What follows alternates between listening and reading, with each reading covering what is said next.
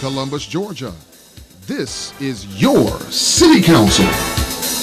Mayor Teresa Tomlinson. City Manager Isaiah Hughley. Pops Barnes, District 1. Glenn Davis, District 2.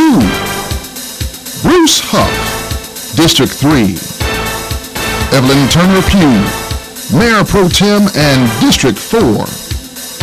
Mike Baker, District 5. Gary Allen, District 6. Mimi Woodson, District 7. Walker Garrett, District 8. Judy Thomas, Post 9 at-large Counselor. Connie Washington, Clerk of Council. And City Attorney, Clifton Fay. Columbus, Georgia, this is your City Council. To the July 31st meeting of the Columbus City Council. This is what we call a work session. It gives us an opportunity to delve into issues a little deeper, but we also have some celebration this weekend. This meeting. Hopefully you had celebration this weekend, but now we're pulling it in for all business here today. We're finally going to fill our District 10 seat. So we've got Mr. John House in the room, but we're going to start off first with an invocation, as we do every time we come together, because goodness knows we always need a little prayer. And we're going to call forward Dr. Jimmy Elder of First Baptist Church to provide us the invocation consistent with his faith tradition. Good morning. Good morning, Mayor. Thank you very much. Would you join me as we offer a prayer together? Lord, as we bow before you, we're grateful for this community. You have given us so many wonderful things, and you bless us every day. You awaken us to opportunities, and you show us ways that we may do things even better each day. I pray you'll bless our council. Bless each person who uses their time to help govern and guide our community, and I pray for their wisdom, for their strength, for their understanding. We pray for this new one who comes on board, and we pray for his wisdom and his strength and help as well. Thank you for the gifts that you give us. Find us responsible stewards of every moment, every bit of the time, every resource, and every measure of authority that we have. In your precious name we pray. Amen. Amen. Dr. Elder, thank you so much. And you, like so many members of our faith-based community, your ministry goes well beyond the doors of the church. We see you out there helping us with our homeless issues here in the community and improving on those, and also what you've done with the Mercer Medical School and its growth here. So again, thank you for all you do.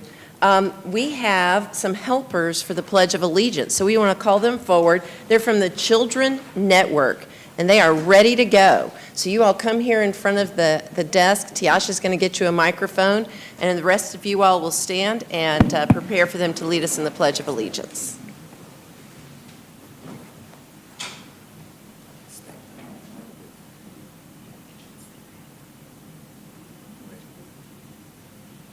Okay, we're with Child Care Network. Mr. Steele and Ms. Vanessa Jackson is our principal. I pledge allegiance to the flag of the United States of America and to the republic for which it stands, one nation, under God, indivisible, with liberty and justice for all. Excellent. All right. Very good. Now we want you all to introduce yourselves, so tell us your name and how old you are. My name is Brooklyn G, and I'm 6. 6, okay. My name is Amari Stafford, and I'm 6 years old, and I like to dance and sing. And you like to dance? Oh, fantastic. Okay. My name is Talia Moss, and I'm 7. 7, okay. My name is Cooper, and I am 5. My name is Brandon, and I'm 5.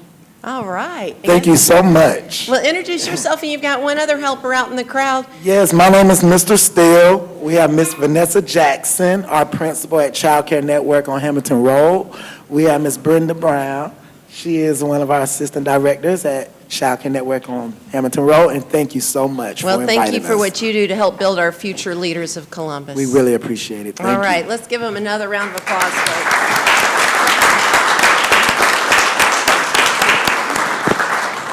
All right, so now it's time for the celebration. We want to call forward our newly elected counselor, John M. House, his wife, Marilyn. Please come forward. I understand you have other family and friends with you. If you'd like them to step forward as well, that's certainly fine. And we have Chief Judge Gil McBride here, who will swear in the newly elected Counselor House. Yeah.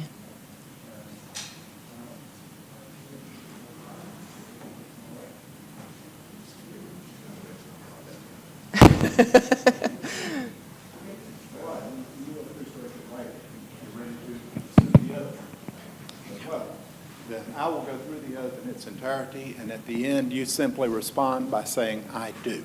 We try to make it as easy for you as we can. And so you have basically one line. How does that? I, John M. House, do hereby swear or affirm that I will well, truly, and faithfully perform the duties of counselor of Columbus, Georgia, to the best of my ability, and that I will support and defend the charter thereof, as well as the Constitution and laws of the state of Georgia and of the United States of America. I do further solemnly swear and affirm that I am not the holder of any public money due this state unaccounted for, that I am not the holder of any office of trust under the government of the United States, nor of either of the several states, or of any foreign states, and that I am otherwise qualified to hold said office according to the Constitution of the United States and laws of the state of Georgia, and that I will support the Constitution of the United States and this state, so help me God. I do. Congratulations. All right.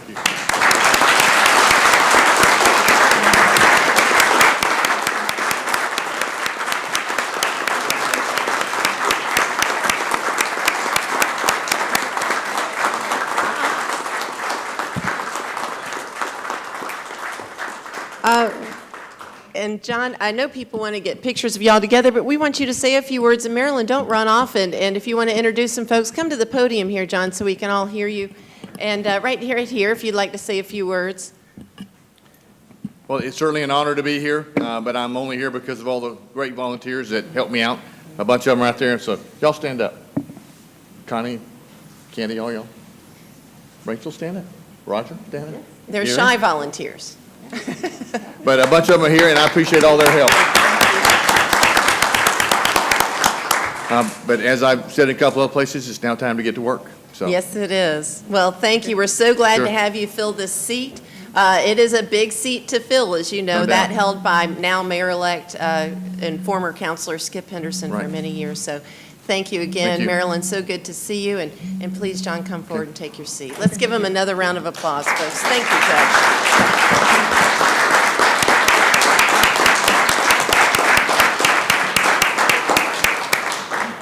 Yes. Could I ask that Councilmember sign this? Ah. This is fixed. Oh, absolutely. We got to get it all formal. Yeah.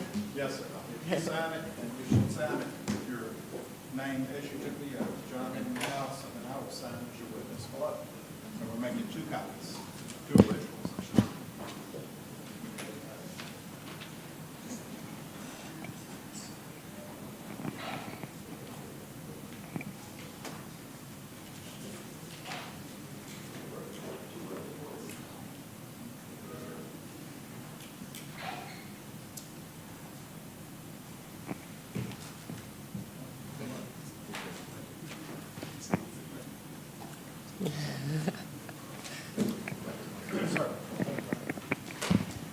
Well, again, John, congratulations, and here we go. All right. Well, with that, and again, thank you to all the volunteers and friends that came out today. I know this is a joyful moment. You all worked very hard, and your hard work paid off. So, today we start out with a consent agenda. It's not a typical business meeting, as I said. It's a work session, but we are allowed to have a consent agenda. So I'm going to turn it over to our city attorney, Clifton Fay. All right. Thank you, Mayor, and welcome, Councilor House. We've got a few items to vote on. The first one up is the regulation of various noise sources and consumer fireworks, and it's ready for adoption. All right, we have a motion and second for approval. Is there any discussion related to this item? All right, seeing that there's none, you may record your votes electronically.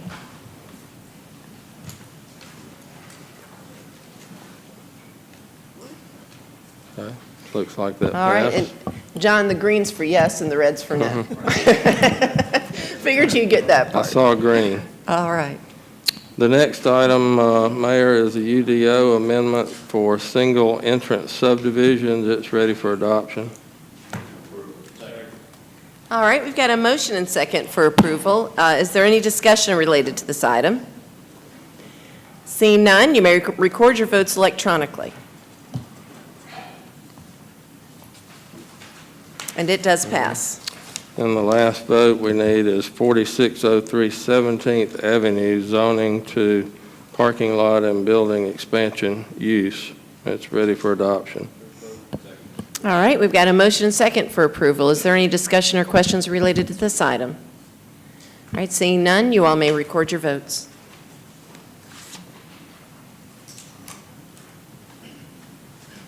All right. And it does pass. That has passed. And Mayor, we would like an executive session around 11 a.m. On personnel and potential litigation matters. Okay. That's all we have. All right, thank you. All right, well, our city manager is out today, but we are ably represented by our deputy city manager, Ms. Lisa Goodwin, and so we'll turn it over to Ms. Goodwin now to walk us through the consent agenda. Hold on just a second, let me get you there. There you go. Okay, good morning, Mayor and members of council, and certainly welcome, Councilor House. We have a number of items on our work session agenda this morning. Our first is an update on the Spencer High School, and I'm not sure that we have anyone that has arrived yet from the school system, so we will come back to that item. Hopefully they will arrive. We will then go ahead to our historic Westville update, where we have Rob Chopa, the Executive Director, who will give us that update. Thank you for being here. Good morning, Madam Mayor, council members. Congratulations, Councilman Thank you. House. I gave a copy of our slide packet to each one of you. The first picture on our cover slide, if you look in the upper left-hand corner, you can see the National Infantry Museum, South Lumpkin Road, and across the street from that is Oxbow Meadows. So that just gives you a relationship of where we are. Our mission to empower and present future generations in thoughtful and informed discussion of the South. Next slide, please. Okay. Sorry about that. These are the goals we're striving for. The first, to educate our youth. The second, to collaborate with not only historical but also organizations that are in the South Lumpkin area to become financially sustainable and thrive for future generations, and finally, to care for our collection. This is the history of Westville. Started out up in Dahlonega, Georgia, moved to Jonesboro, then out to Lumpkin, Stewart County, and finally here to Columbus. We have 4 interpretive areas we're going to examine, and I'll go over those at the end. There's diversity because there's different experiences due to race, class, and gender. A map overhead image of where we are in relation to the Chattahoochee, the which is our western boundary, the Upatoy, our southern boundary, eastern boundary, South Lumpkin Road, and Oxbow in the north. This is why I'm here, is to give you a status. We've moved 17 buildings, and we've completed construction on about 11 of them. Construction is ongoing. In the next 2 weeks, we'll have the roads put in the trails, concrete trails and tarmac roads. We have another 20 buildings that are still down in Lumpkin, and as funding becomes available, we'll move those up here. All of our buildings will be compliant with the Americans with Disabilities Act. We'll have ramps on every one. They're all going to be up to code, and we're currently going through interpretive training to make sure our staff is versed. The highlight is the grand opening is going to be on October 20th, and you're all invited.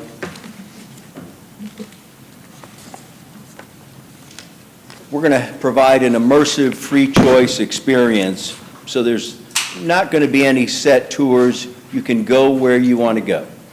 And every place, every dwelling will have a different personality, a different story, and a different interpretation. They'll all be based on the primary themes, and we'll have about 28 individuals on site for our initial startup. These are the primary themes. We're going to hit the fabric of Southern culture, the diversity of the Southern experience, and then we'll have food, music, and craft. That concludes my briefing. I'm on the mayor's schedule for a tour of historic Westville. If anybody else would like a personal tour, please let me know. Thank you for your time. Are there any questions? They can join us at that time, too, so we can do it all at once. We have That'd be somebody great. shoot them that time. And we have Councilor Woodson would like to discuss a few things. Ma'am, Good morning. how are you? Thank you very much for being here and updating us on Westville, where we are. I truly appreciate it. Mayor and my colleagues, I did go by and visit and received a personal tour of the area, which is looking amazing, beautiful. Everyone was very hard at work, very detailed.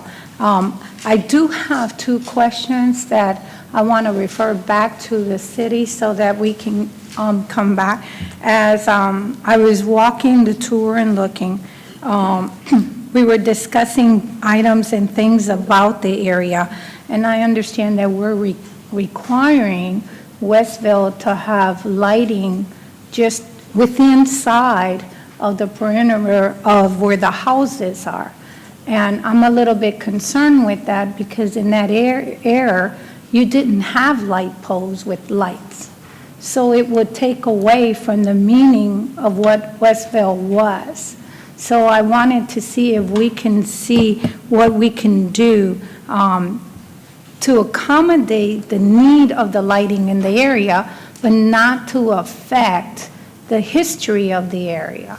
I think if we go back to, and I don't know who's running the show, but if we go all the way back to the first picture, you can see where lighting can be all around the buildings. The buildings can have those lightings where it's run from, it energized their certain lights, and then when it gets dawn, they kind of turn on a little bit, and then when you walk through, it brightens up if we needed something in case an emergency, but I don't think the park is open after dark anyway.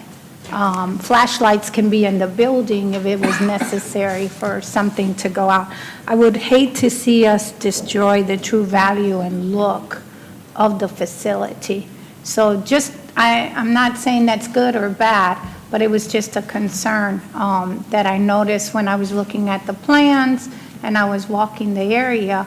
I was like, why are we putting, it takes away from it. Another concern was the concrete that we're going to put through all the homes. I'm understanding that the concrete is because of an emergency. If we had an emergency vehicle come in, I guess the impact of red clay, if I'm saying it correctly, please correct me if I'm wrong, is a concern. But I was wondering if there was a happy compromise not to take away the vision of what Westville was. What are other communities doing that have a similar or close enough venue that we can compare it with to ensure that the value and the beauty of Westville does not get modernized? Because the whole idea is for an individual and a family to go back in time. So there were a little concerns, Deputy City Manager Lisa. If you can just follow up to see if there's anything we can find or do to ensure that we don't take the vision and the purpose of Westville for history and educating individuals. Because back then, you didn't walk on concrete. I do understand we need emergency vehicles to go in, because things do happen. And I do understand that, some things have to be moved around. But there's got to be a way where we could do a happy medium where it does not take away from the look and the feel of being in Westville. Okay? Those were my only two, and I don't need an answer today. Sure. Those were my two concerns as I walked around and asked questions and, because I even asked, okay, are you going to have permanent benches inside the church or not? Because how are you going to have it for event? And they were explaining to me as I was asking questions, they were explaining to me, no, they're not going to be permanent, they can be moved, no, it could be for this. They were answering. I think, matter of fact, I think the contractor was getting a little bit, like, she asks a lot of questions. But I just wanted to make sure that we're being good steward, good partners, and ensure the success, especially with, Fort Benning being there, using the Infantry Museum, with the Oxbow Meadows, with the golf course, and hopefully a resort shortly. All that combined together, it's a wonderful experience, and I want to make sure our community has that opportunity. And my South Lumpkin Road revitalization too. Okay? Certainly Thank you. understand your concerns, and we will definitely address those. We'll look into it. Thank you, Mayor. And I'm sorry to interfere, but it's just No, a thought I have and a feeling I had, and I'm sorry you don't know me very well, but I'm very vocal when I get passionate, so, sorry. I understand, ma'am. Are there any other questions? All right. Thank you. Not at this time. Thank you so much, Rob. We're so glad to have you here, and we're so excited about Historic Westville. So thank you for that update. Lisa? Okay. Next, we have an update from the Sports Council. Mary Sherman is here, and as you know, we are looking at an opportunity for the USA International Cup in 2019, and Mary is here to give us an update about that, and then, of course, also some of the challenges that we face. Thank you, Mary. Thank you. Good morning. Thank you for allowing us to be here today to share with you some of the exciting news. As you know, we hosted the Olympic softball. See if I can get it going. So we were the first to host Olympic softball here in Columbus in 1996, and since then we have had multitude of softball events that have happened at our complex. And we like to say, you'll see at the bottom of this slide, people will come because of our experience, but they come back because of theirs. So we treat them well. They're our guests when they come into the complex, and so we're excited to have them when they come. So the opportunity we've kind of talked to you before about is the International Cup. This will be in July of 2019 if we are awarded the event through USA Softball. It'll be 6 to 14 teams. And exposure on ESPN. There'll be 5 games that'll be televised on ESPN. So we'll be in front of the world again on that platform for all softball enthusiasts to watch those games intensely. South Commons, as you know, there's 8 fields there at the complex. Our estimated impact for FY 2018 was a little over $4.6 million. And the estimated impact since 1995, we went back through archives and did a lot of research to come up with this number, was over $147 million that the complex has generated. This is through visitor spending, so that's the beauty of South Commons when we're talking about sports tourism. You see the annual venue utilization, over 2,000 local participants. That is through our adult softball league. They play at the venue Monday through Thursday. And then typically we host our tournaments on the weekend. So Friday through Sunday, we have visitors who come and utilize that facility, and we had over 9,556. And the venue is used over 10 months out of the year. So what are our renovation plans to prepare us for International Cup? We are looking at $5.6 million. We've had architects, contractors, lighting experts, turf experts, landscape architects, all who have come to see South Commons to give us estimates on projects that we can do. What we're looking at is renovating the restrooms there in the stadium, as well as the concession stands, painting. We have a lot of rust, and we have water infiltration, so several of our rooms below have been damaged by this water. We also need to address bullpens. We need ADA compliancy. Our dugouts are not ADA compliant currently. And what we would also like to do while we're doing the stadium, because we have 2 fields on either side of the stadium, is look at upgrading those as well. So in a phase 1 of this project, taking those 3 fields, field 6, 7, which is our stadium, and 8, and bringing them completely up to code. And so this will be through our lighting. We had our lighting expert come in and do tests to see what our foot candles actually are today versus what they were when they are installed. We're already past the useful life of the lights, and so we know that needs to be addressed. Our dugouts need to be modernized. The fencing at the facility, you'll see in that bottom photo, the bottom rail of the current fencing at the facility is no longer visible. It should be visible. So you can see in that photo, we have to address the fencing, and the actual grass itself, the actual playing surface needs to be addressed for field 6, 7, and 8. What we are proposing with this first phase of the project is turning field 6 and 8 into what I call mini stadiums. This not only will position us for future growth, but it also helps service the customers who are actually coming to the facility today. We have level of play at South Commons with colleges that come here, the state high school championships that play here, that exceeds the experience we're giving them on those 2 fields. So if you can visualize a little league field, that's basically what our field 6 and 8 currently look like. It is not at the level of play that we actually bring into the facility. And so by creating these mini stadiums on 6 and 8, it'll really position us not only for the current customer that we have, but for that future customer. And it'll really put us on the platform, hopefully when we host International Cup, with the ESPN coverage, with the streaming, with the photos, with the hype that that event will bring to the complex. It'll put us back in front of these softball enthusiasts for them to bring their event back to Columbus. So beyond South Commons, we still have the other 5 fields that we still need to address at the softball complex. The roundhouse, as we call it, which is centrally located around our 5 fields, there are only 4 restroom stalls in the women's facility. We pump thousands of spectators and teams into that facility. 4 women stalls does not take care of the needs for that facility. The men's facility also needs to be addressed, so we need to expand the restroom facility, expand the concession stand. The lines are typically extremely long there at the softball complex because of the magnitude of people who are coming into the complex, and it just doesn't service the need. In addition to South Commons, we have to address Woodruff Farm Soccer Complex. As you know, this past May, over Memorial Day weekend, a weekend that we traditionally host over 160 teams, due to weather, that event was pulled the day before we were to start play. We lost $2.3 million in revenue that weekend from that soccer event.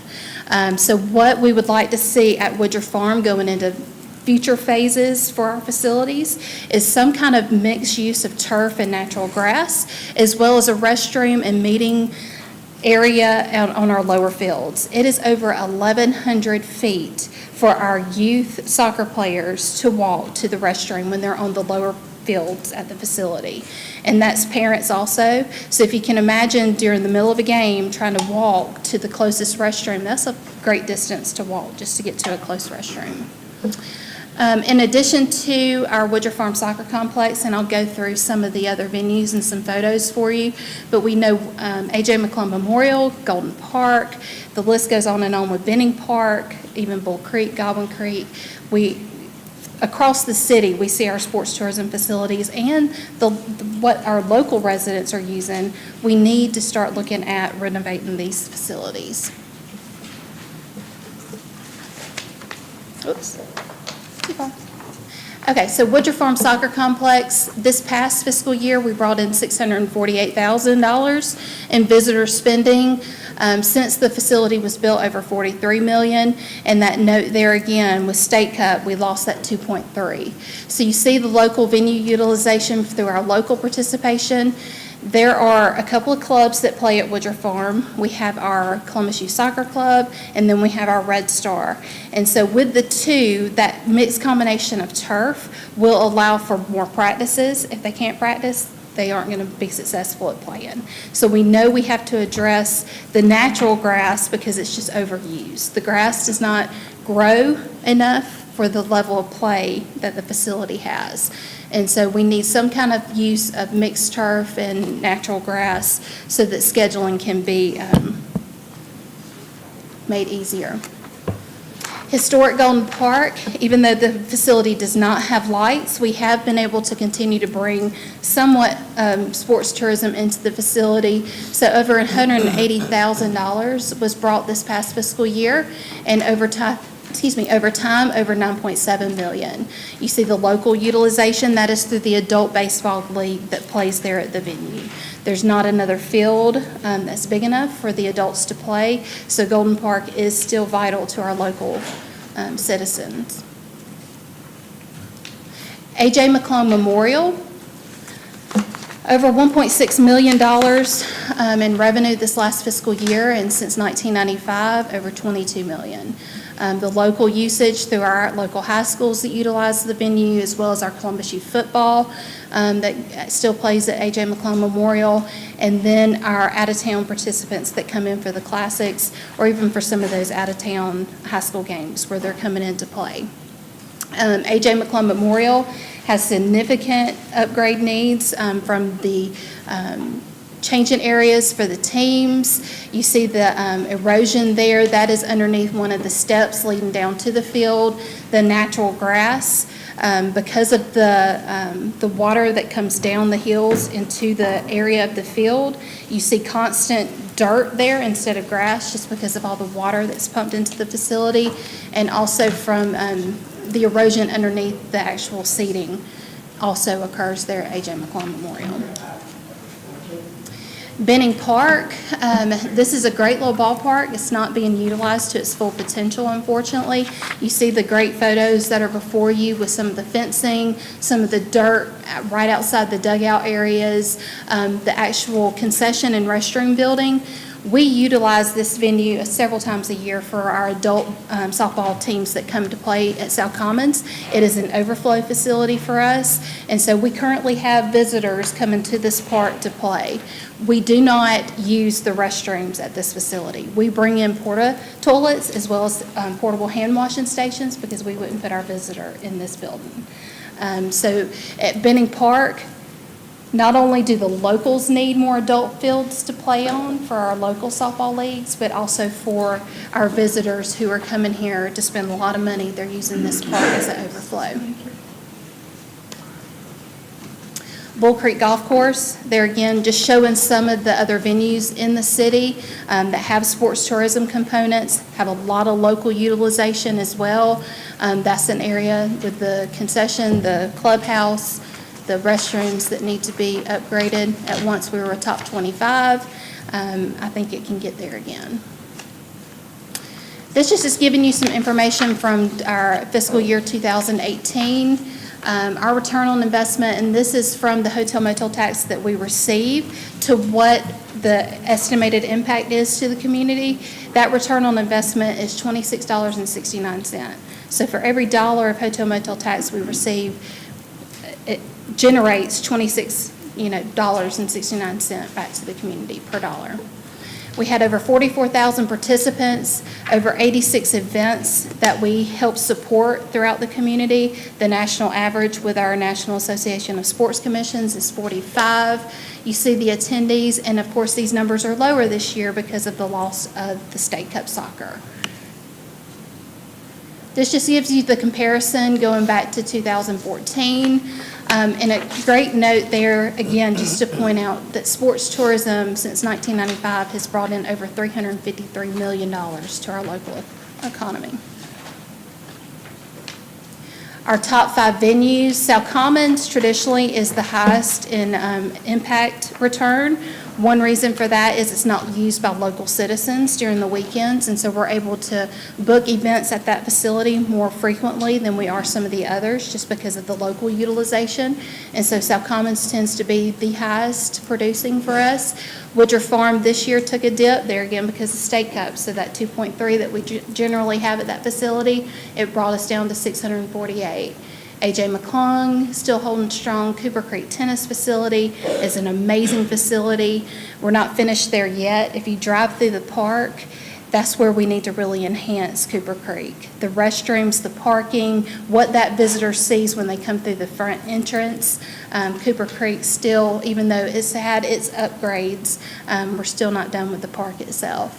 The Civic Center, through our Georgia High School State Cheerleading Championships, we're excited. We have a great opportunity next February to host another cheerleading event there at the facility. We have site visits coming up later in August.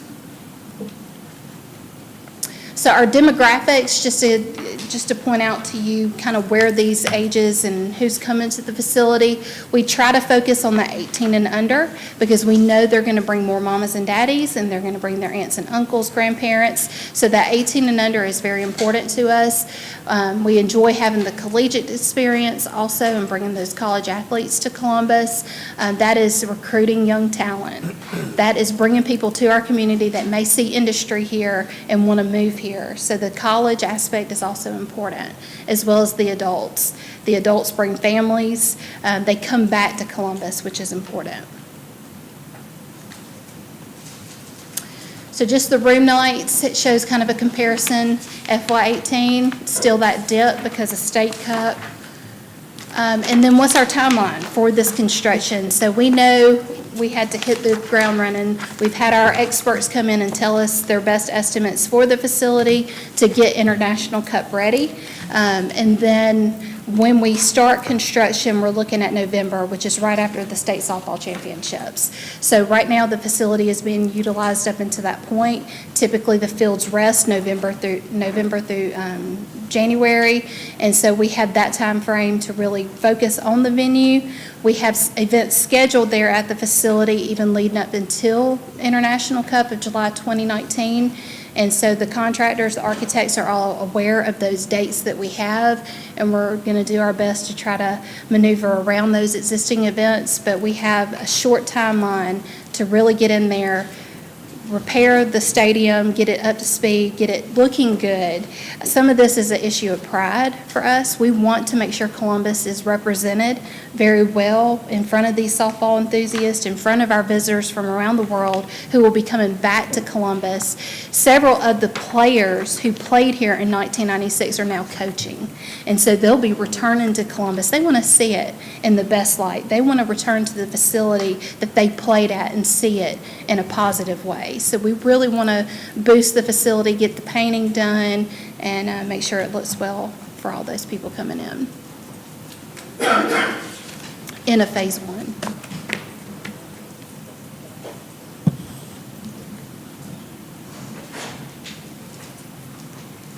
No, that was a lot of information. Yeah, and I'm sorry, we do have, Mary, so that I can keep up and it's not, I was looking for a page number, but this one here with the 5 circles, is that the estimated cost of the repairs all in one page? That is the impact. And so Oh, no, that's the impact. Yeah. Okay. Parks and Recreation has done a complete facility assessment, so they know what is needed at each facility. Okay. We had experts actually come in and just show us their actuals for the 3 field renovations to get ready for International Cup. So that's that 5.6. Okay. Just for those 3 fields. So that's the only one that has an estimated cost? Right. Okay, I got you, I'm following Parks you and now. Recreation has that facility Yeah. assessment, though, for what's needed at the other venues. Yes. But to start with, that 5.6 is what we're looking at. Okay, I just wanted to make sure I wasn't mixing apples and oranges as I was about to do. So, okay, we've got Counselor Garrett. Thank you for the presentation. I just have just a couple of questions. And it may have been 1995 when you told me this. When was the last time we did any type of major upgrade at the facility? It was 1995? Yeah. Okay. There's been a And- few things as far as the turf, the actual grass, the lip that happens between the grass and the dirt. and Holly's here, she may be able to better answer any of the things that they've done. But the scoreboards were purchased by the Sports Council last year, so that was a need. We couldn't get light bulbs for the old scoreboards anymore. And that's important when you're hosting big events that are coming in. Parents want to see those scoreboards. And so we purchased new scoreboards last fiscal year. Okay. And with this set of renovations, how long, what do y'all think the shelf life will be on these upgrades before another significant upgrade's needed? What we are looking at is to make sure that we upgrade the facilities. When we're talking about lighting, we're talking about LED. And so we're trying to do the best for the facility that'll last and have longevity for the facility. And so everything that we're proposing for the lifespan to continue to host big events there. It will need upgrades, obviously through restrooms and other technologies that are going to come between now and then, but we're hoping that the renovations that we do will give us several years. Okay. And then the last one I saw in there, the fundraising tab, do we have any fields that are still unnamed where that could be a naming opportunity for a business or for a local individual to donate? Yes, we have a Field 1 stadium. I think we have 4 fields who are currently named. The stadium is not named. The field is named R.G. Jones, but the stadium itself is not named. And so you see examples. Columbus State University has that same example where it's Ragsdale Field, Burger King Stadium. So there may be an opportunity there to name the stadium.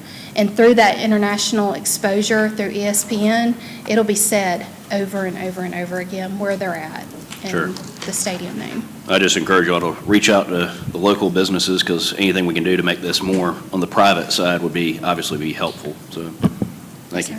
Okay. All right, we have Councilor Thomas.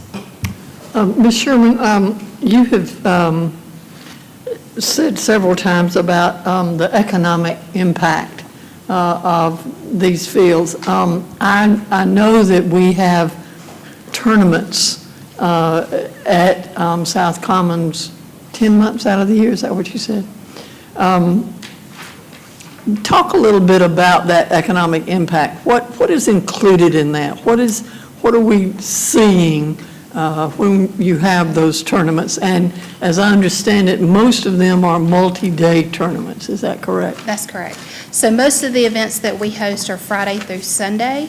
So when we generate the economic impact, we're calculating their hotel stay. We do surveys throughout the venue, asking what hotel they're staying in, how many nights they're staying, how many rooms they're occupying. We ask questions like what kind of restaurants they go to. So we know that visitor spending, even if it's not an overnight stay, if they're just driving in for the day, we know they're going to spend money either through concessions, gas, those other things that they're going to do while they're here in Columbus. The marketing dollar isn't even calculated into this. So when they come to Columbus for an event, what they see here and want to come back for, that's just icing on the cake. This is the one-time visitor when they come into Columbus for that particular event. Is there any kind of a charge, or a fee that these tournaments pay to the Sports Council or the city for using the facilities? Yes. Most of the events have a field rental agreement through Parks and Recreation. We cover that expense for a lot of the events the Sports Council does. So that's one of our recruitment tools that we use. If they have X amount of teams that are coming in to spend the night, we'll pay for some of their field usage fees. So there is a fee that goes back to the city every year. And one of the things that you've talked about is the short timeline we're on. We need to do something by November if the construction is going to be completed in time for a June of 2019. Can you talk a little bit about the fundraising program, what you're doing? So we hired a capital campaign consultant to come in and really guide us through the process, give us the steps and the tools that we needed to kind of navigate that process through the private donors. I have some of our board members here today. Kim Sheik is our chair. Kim wants to say anything about that component, but we are working that side of it as well. Councilor Garrett spoke about local businesses. Are you reaching out, particularly for these national events, to any national companies to, we could name the stadium the Delta Airlines Stadium if they came up with enough cash, I guess. But are you reaching out beyond Columbus? That has been brought up recently, and so the primary, because of the short turnaround time, and we need to get to those people who can make those decisions very quickly, has been to really kind of focus locally. But recently it has been brought up, that those are some of the big contributors here in Georgia, the state of Georgia, who may be interested in this project, not only because it's international, because it's within the state of Georgia. So and I do want to emphasize that, I've had people say to me, in fact, I had somebody say to me today, something about the use of that stadium. It's not, that complex, not used very much. It's used every weekend in 10 months. Right. And we don't put that out as much as I think we should, that there are people down there every weekend in our town. It's not unusual to not be able to find a hotel room in Columbus on Thursday nights because of some of these tournaments that are coming in. So hopefully we'll be able to, the other question that I have is, part of what you're asking here is upgrade. That's part of what we're talking about. What kind of figure do you have, excuse me, for regular maintenance down at the at the South Commons? That is something I've asked the landscape architects, our architects contractors who have been at the facility to help build a program for us to follow. So as we move forward with renovating these facilities, also having a program of work on a regular basis of what that would take. So that's something that's being considered right now and as part of the process to make sure that those things are addressed. Thank you. Thank you for your presentation, and Yes, ma'am. thanks to the board members who are here today, too. And one thing I'll just add real quick, because our offices are down at Golden Park, we get visitors there pretty regularly. We had a gentleman who stopped in. He played at the facility in 1980, 1981, and it was from Seattle, was in Georgia visiting his daughter who recently moved here, somewhere in North Georgia, and made it a point to bring his family back to Columbus to see that park. That is the return visitor. That is what sports tourism does. It brings people back because of the importance. That was whatever level of play that they play here through the state championships, that experience that they have, they come back because that's what they want to see. They want their grandkids, their legacy to see. So it's pretty cool for us to be on the front line of some of those things that happen. But they do come back, which is fun. I do want to mention, I know that has been brought up about the naming rights. Currently, the Civic Center is pursuing naming rights, and so we could certainly add South Commons piece to that, just to see what those opportunities are, because of course there's money in the naming rights, and so that would definitely help us facilitate this if we could, certainly may not be able to get it in time for this, but the opportunities are there, and so we will pursue that. With enough money. Yeah, exactly. Let's see here, we have Counselor Allen. Hold on a second, I'm sorry, Counselor Allen. There you go. Thank you, Mayor. Well, we've talked about the 5.6 million. Your I guess goal is to get to a public-private partnership. So you're looking for the city to decide at what point, how we can be involved and at what point.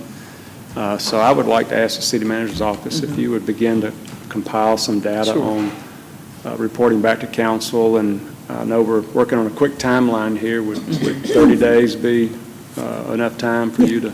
Okay. I think so, definitely. to see what we can do. Yes, and we've met, of course, with Marion's members of her board, and at that time, a number was not thrown out, of course, because of the fundraising piece that they wanted to pursue, but we'll definitely I think we're able to perhaps hone in on some exact figures of what they're looking to raise versus what they're looking for the city to contribute. So we'll definitely be able to bring something back to you. Okay, thank you, Mayor. Okay. And we have Counselor Garrett. I have another question for the city manager's office. Based off everything I'm seeing on here, it doesn't look like any of this would increase our maintenance costs. But if we're going to put money in this and make it a nice facility, I'd like some sort of analysis of what are the true maintenance costs, because we know we haven't been allocating enough for maintenance. And I want us to make sure we can maintain this facility, so I'd like council to know what it will take, a conservative number that hopefully we can come in below. Okay, we'll certainly do that. And you know, not long ago, we did come to you and just gave you an outline analysis of all of our facilities to include our sporting facilities as well. But of course, that did not include that ongoing maintenance. It was just updating, upgrading, renovations kind of thing. We can do that on all of those. Okay, and we have Counselor Woodson. Can you also, Lisa, add to that list, once we know what our portion is, where would that funding be coming from? Because we've been struggling and we've been telling our constituents A, B, and C, and we need to be able to justify it. I'm not against it. It's in my district. I want everything I can get from my district. But there is a constituency that I also have to answer to, and I want to be able to say, okay, based on the income, based on what's coming in, you know, this is why we're supporting this to help our budget, you know, your project that you're concerned is number blank, blank, blank on the list. I think that's important that we keep in mind too, because often, and I'm not, you know, against the project, often people in the public will say to us, well, you know, we've been waiting for this blank, blank, blank. All of a sudden, these people showed up and you guys just jumped on it and forgot about us. So that's my reason for saying that in the report, to please come back and tell us where we would get the funding, the importance of the funding, and where would the other projects stand once we assist in this short-term and long-term, because this is a long-term project too, especially with the maintenance and all with it. So I would appreciate that briefing too, so it's easy for me to explain to the district and the community. I'm pretty sure a lot of the council members are getting the same kind of questions also. That'll make it easy for us to be able to explain our position. Sure. Okay, thank you. Okay. All right, we have Counselor Davis. Thank you, Mayor. As it relates to maintenance, I think we're talking, my understanding is we're talking about two different aspects of this. There's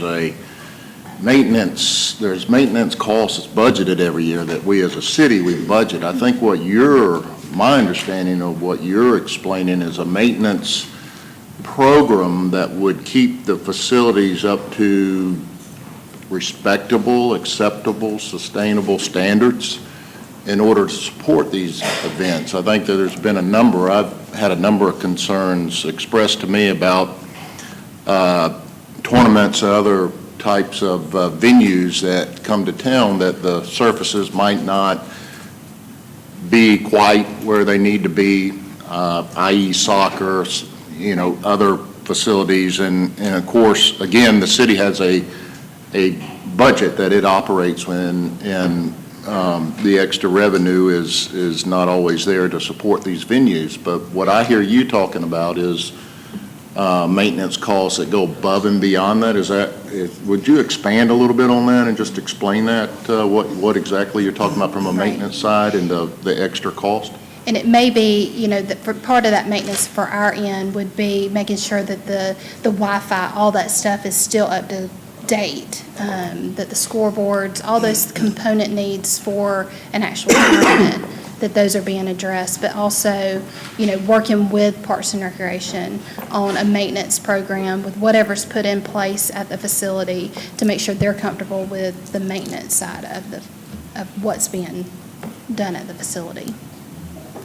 And Councilor Davis, we budget about $1.7 million across all funds, keeping in mind that we certainly have over 600 facilities that we have to maintain within that. So it puts a dent in where we are in terms of maintaining our facilities and does not get it up to that standard and that level of respectability that we're looking for in terms of these facilities where we would like to see them. Well, and I want to note, too, I think the Parks and Rec has been, I want to just give them a high five. I think whenever they're asked to go above and beyond, they try to do That's right. whatever they can to meet those requests. So I really appreciate that, and I want to make sure that's noted. But like you said, in the limited budget, it just is hard to move those dollars around and take care of everybody and then meet these needs as they come into our community.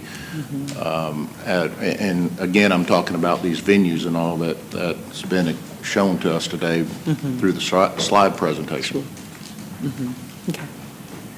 Great. Is that, okay. All right, thank you. Appreciate it. Holly, did you have anything to add? Are you good? Unless there were questions of me. Okay, I think we've got it. Thank you all. Thank you, Mary. Okay. Okay. We will. Yeah, we do have this. Okay. I was going to say, we'll go back now. I see that Bobby Heck has arrived from the school system, and he will come forward and just give us an update on the new Spencer High School. Thank you for being here. Good morning, Honorable Mayor and distinguished members of the council. I am Bobby Heck. I'm the Director of Construction for the Muskogee County School District. And you will be relieved to know that this will be a short presentation because I was a little confused with the directions I got from my superintendent. I expected him to be here to make the presentation, and he asked me for a PowerPoint that had about 10 pictures of the new school, but I was just dragged out of my office and said I was expected at City Council, so here I am. And a little background about Spencer High School. We passed the 2015 SPLOST and promised the citizens of Columbus that we would build a new Spencer High School near the corner of Fort Benning Road and Casita Road. You are probably familiar with the fact that we got the property in a land swap with the city of Columbus. We have roughly 37 acres.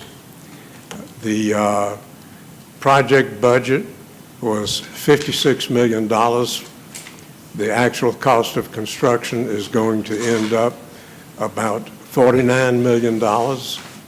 The school itself is roughly 205,000 square feet, and I think you would find everything you would expect to find in a new, modern, and complete high school. We're very proud of it.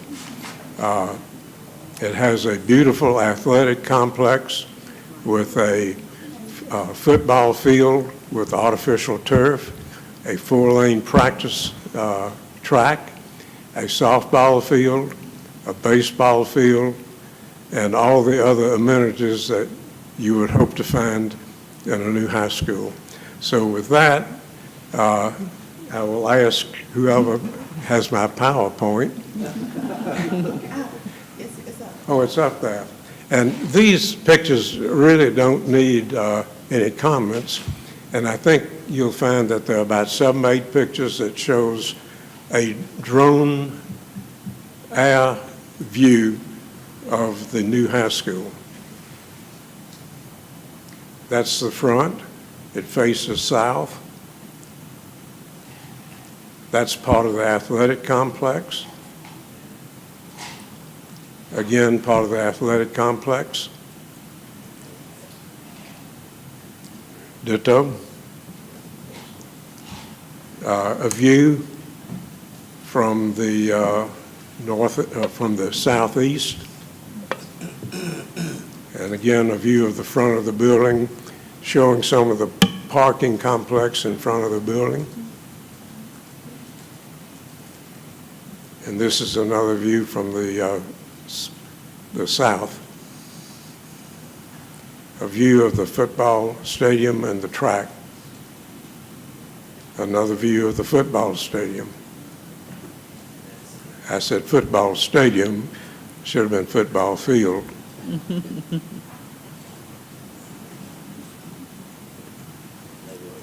And that's a picture from the north, or the back of the building, showing some of the landscape features.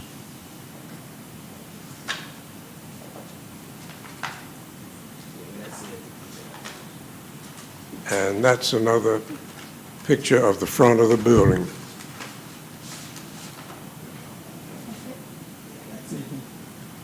That's all. And that's my presentation. I'll be happy to answer if you have any questions. I'll be happy to try to answer them. If I can't, I'll relay your questions to the superintendent, and he'll have to attend your next council meeting. Well, Mr. Heck, we had a preview on, was it Thursday or Friday? Thursday or Friday, and it was incredible, the interior. I mean, they're still working on some things. We are, and that brings to mind an opportunity for me to tell you how much I appreciate the Code Enforcement Division, who worked hand in glove with us to make sure that we got a certificate of occupancy in time to open the school on the 8th of August. So we appreciate that. The Fire Marshal's Office did an equally good job in coordinating with us. Great. Well, it's wonderful to see. It's way beyond shop. You know, when I was in school, maybe you were in school, they had shop, right, where people made birdhouses and all sorts of things and worked on cars and things like that and learned some basics. But now they are doing all kinds of things so that kids have basic skills. And also, for those with disabilities, they have basic life skill rooms, teaching them how to be adults and run their own homes or apartments. So incredible. I invite the community to get out there and see it for themselves. Councilor Woodson. Yes, Mr. Heck, I wanted to say thank you for the presentation. I went, I think it was like last week, Wednesday or something like that, and I can tell you all my children went to Spencer, so I'm a Spencer mom and cheerleader for Spencer, and I can tell you it is amazing. Even an individual who has no capability or would like to go to college can still graduate from high school with a trade. The cosmetology room was amazing. The auto mechanic shop was amazing, where they can even lift the vehicles up and work under the vehicles. The drama room, theater, they had their own drama room with their own stage and places. It was just amazing. I had told the colleagues that went with me, I kind of wish I could go back to high school now. It would be lots of fun. The band room, bands are usually always neglected over, you know, the footballs and baseball teams and stuff. My God, that was so impressive. Their own area to practice, their own room, their own individual rooms for them to practice. It was just amazing. Science and biology, when you're dealing with chemicals, if something happened, you know, we would have to run down the hallway and grab buckets and pour water over someone. You have a shower right there where the individual can do it. You know, the computer lab.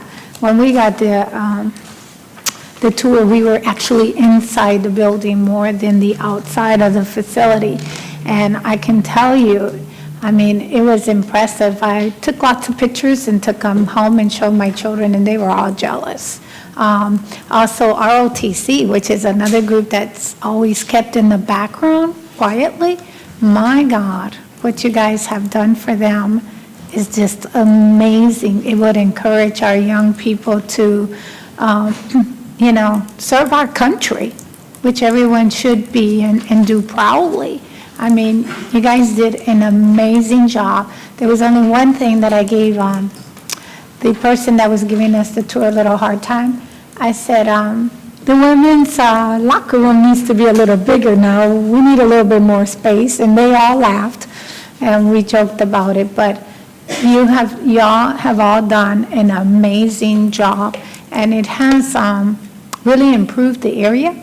I think it will encourage the neighbors to have hope and faith and redevelop it and make it beautiful. That whole area will have a complete transformation thanks to the vision of the school system to relocate Spencer there. So I'd just like to say thank you.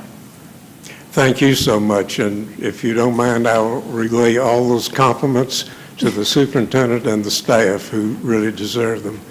And I, like you, hope that this is the thing that initiates a change in the complexion of that whole neighborhood.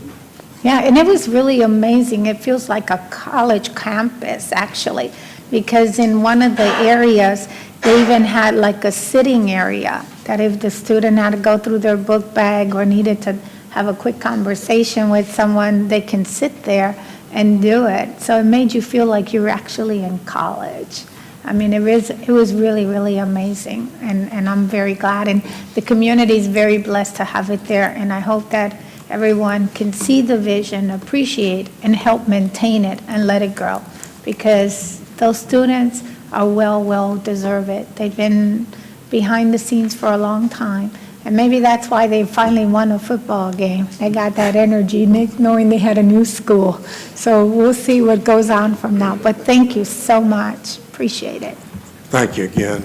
And it does give me another opportunity to tell you that the architects for the new school was 2WR and Heck Shaw, and I know this council is familiar with them.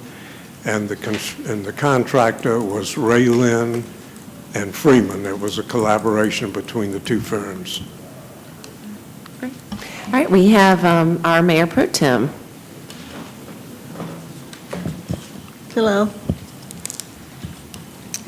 Earlier you said, I think you said the cost that was budgeted for the school was $59 million. I'm sorry, Ms. Turner, would you say that again? What was the cost that was budgeted for the school?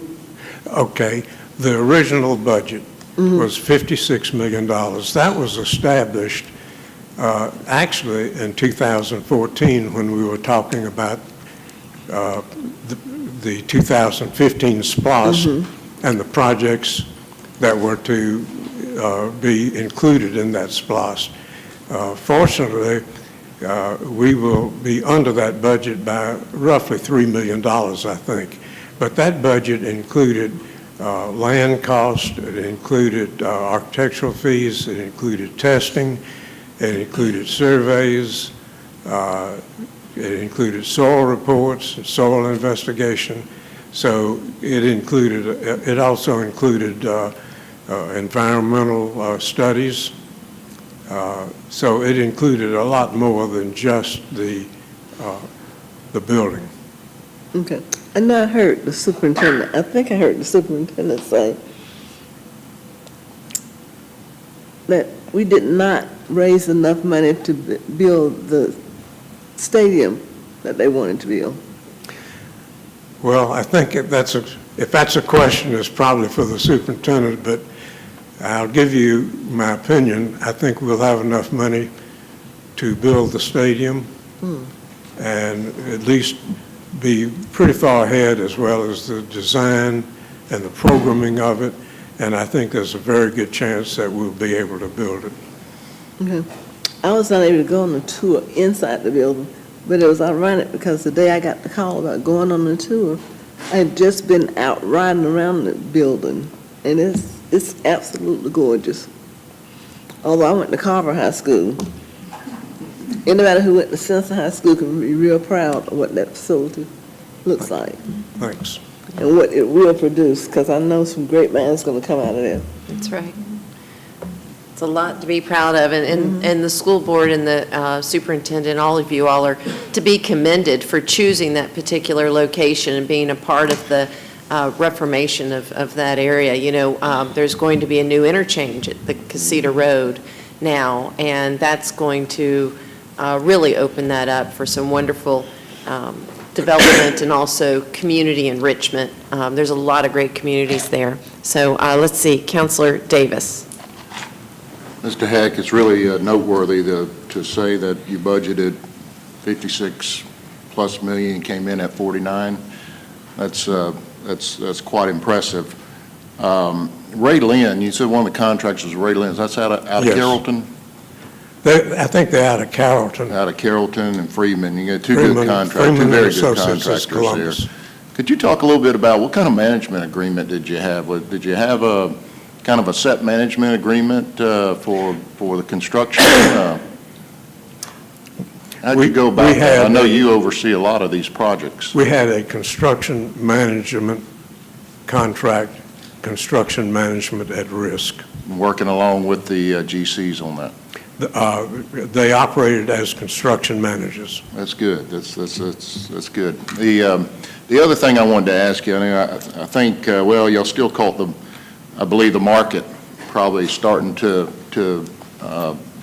move up as far as construction cost and all, but you started a couple years ago. Is that about right? They've been working on this for about 16 months. About 16 months. That's a pretty good pace there. That's the construction now, not the design. Well, in your field, what you're seeing and all, I know if you started today, I think those costs would be totally different. I think you would agree they would be totally different. Are you starting to see the material cost? I think we're all starting to see it, but did you see that of material cost starting to escalate, construction costs starting to escalate now? Well, I would say that over the past 5 or 6 years that the effect of inflation has been fairly minimal, maybe 3% a year, something like that. But yeah, we do anticipate from everything I read that construction costs will escalate. Some of it due to the tariffs. Steel is going to be more expensive. Aluminum is going to be more expensive. And many of the byproducts will be more expensive. Yeah, I think we're starting to see that as a city with a lot of our construction projects, primarily road projects, things like that, where the material costs are at, exceeding or at an all-time high right now. So it's, and contractors know that too. So it's a great time to be a general contractor, isn't it? All right, good. Well, again, Mr. Heck, thank you so much. Thank you. That concludes our questions here today, but take back our congratulations to Dr. Lewis and to the school board. I'll be glad, and thank you. Thank you. Thank you.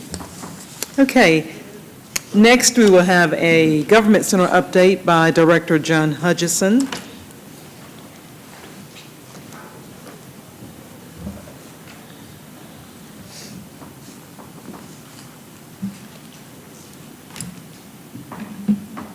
Good morning, Council. Good morning.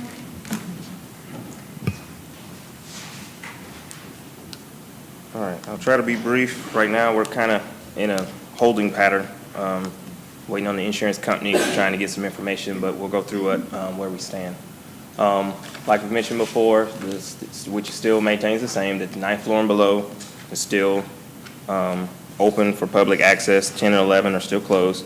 ServPro has completed all their work in the building. Since that time, ServPro's fence has been replaced by a Public Works fence, so there's no any incurring costs from ServPro at this time. We've had our mechanical and electrical and security numbers. That's what we're reconciling back and forth with the insurance adjuster. So we sent them the initial number, and they're asking us questions about X, Y, and Z. So we're meeting with them again and sending back information and going back and forth with them. So I has hoped to have by the end of the month, but we're looking probably early August to really have a final number of construction, at least for the first incident. In the meantime, we had tasked ServPro to kind of come back in and make sure that we don't have any open ceiling panels, anything like that. So we've asked them to come in and cover those areas up. That helps with our heating and cooling costs because we're not heating and cooling all that part of the building, and we're not worried about any particles or anything like that falling on people or employees. So these are some pictures, kind of some situations. This is in the solicitor's office. They're kind of half and half in there. They're in there, and then they're in one of the wings, but we kind of blocked off an area where we didn't want them because it is Still some material and construction is going to have to take place. This is Solicitor General. This is the 9th floor. And then this was outside of that same office. That's one of the floors where ideally we'd love to have people, not necessarily on it, but having to have that courtroom and to also have the solicitor when state court to continue so we don't have any backups in the jail so they can continue to get that docket moving. We have to have that area open. The grand jury is kind of beyond that, and that is closed, and they've had that moved to another location. That's Judge Smith's Municipal Court, so that's on the 8th floor. That there's the picture to the right. It's in the mayor's conference room. So we're just trying to kind of maintain what we have at this point until we get the construction and start moving forward with that. For flooding incident number 2, the 4th, 3rd, and 2nd floors are still open. We didn't have any interruption in service there. Once again, the mechanical and electrical and security have all sent their numbers in for repairs. Like I said, one of the unfortunate things is because the adjusters were already here looking at incident number 1. When it's time for them to look at incident number 2, they just kept walking down the stairs. So they were already here, so that helped with our timeline with getting all these numbers together.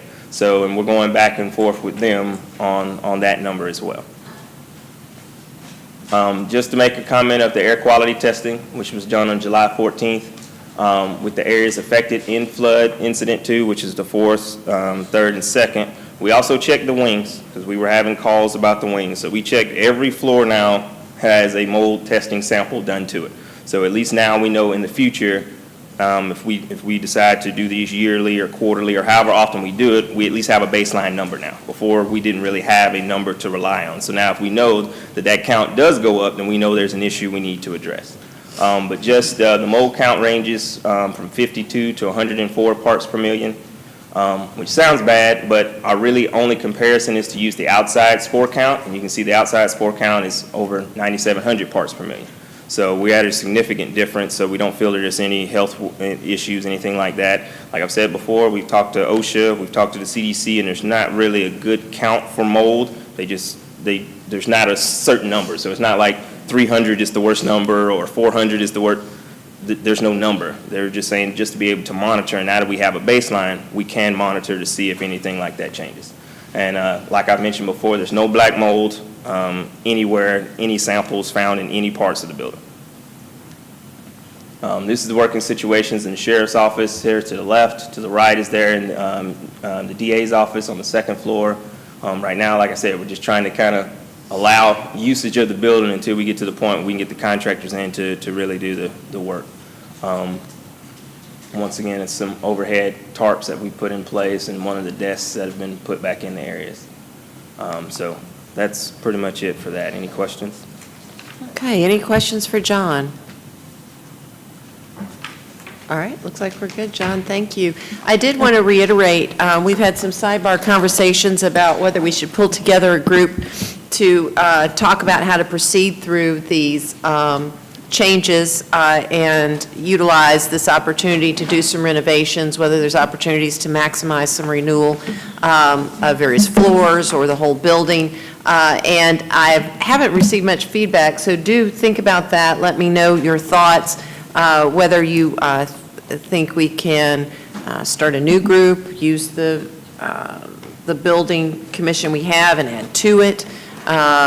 We could have the meetings here, obviously, and they would be opened and discuss the opportunities, but we are moving along. John, I suspect the insurance company will make their final decisions. There'll probably be some robust negotiations, and at some point a check will be cut.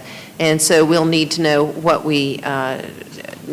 what council's direction is for if we just proceed on to do the drywall, the carpeting, the painting, or take the opportunity to do other enhancements that we've cited as being needed over the time. So do think of that. We do have a lot of opportunities. I sent you the Building Commission report. We do have a lot of opportunities for surveying. I think about 1,800 people responded to our prior survey, which is pretty remarkable to get that kind of input from the citizens. And then, of course, we can even do more sophisticated surveying. So if the counselors let me know their feedback on that, otherwise we will just proceed on to patch up what we've got and reload those floors and hope the pipes hold. So, John, anything further? No. I have the Okay. next presentation, that's fine. Still. Oh, okay, yeah. all right, good. And the next presentation is on the tiny houses, and he's going to just share with us some of the state regulations and kind of get a feel for what your temperature is on tiny houses. With that, John? All right. July 1 of 2018, the Department of Community Affairs at the state level did approve a tiny home appendix. Ideally, what I wanted to do is kind of get the temperature from council, kind of say if we're yay or nay for it. It is an appendix, so we don't have to adopt it, but we just did want to present it to you, so you do understand that there is some type of movement out there. Like I said, I'm not for or against it, but I do want to present what we have currently. Just kind of go through just to explain what a tiny house and what the state defines as a tiny house, and then kind of our current barriers to build. Kind of going in a little bit of detail on the actual Appendix S, which is the section for it, and then what we would do locally on our end to put it in place. All right. So a tiny house is defined by the state of Georgia as a single-family home, generally 400 square feet or less. And that's excluding the loft, and I'll get to that in a second. But that's kind of the definition. So if it goes over 400 square feet, then it would have to fall under our typical, would be a house or a structure, and we would have to define it as that. If it's under 400 square feet, then it would be considered a tiny home, and the DCA has provided us with new rules and regulations for those type of facilities. To try to help explain it, there's 4 types: recreational vehicles, mobile homes, modular buildings, and site-built. Typically for us, we're only going to be dealing with the last 2 there, residential, modular, and site-built structures.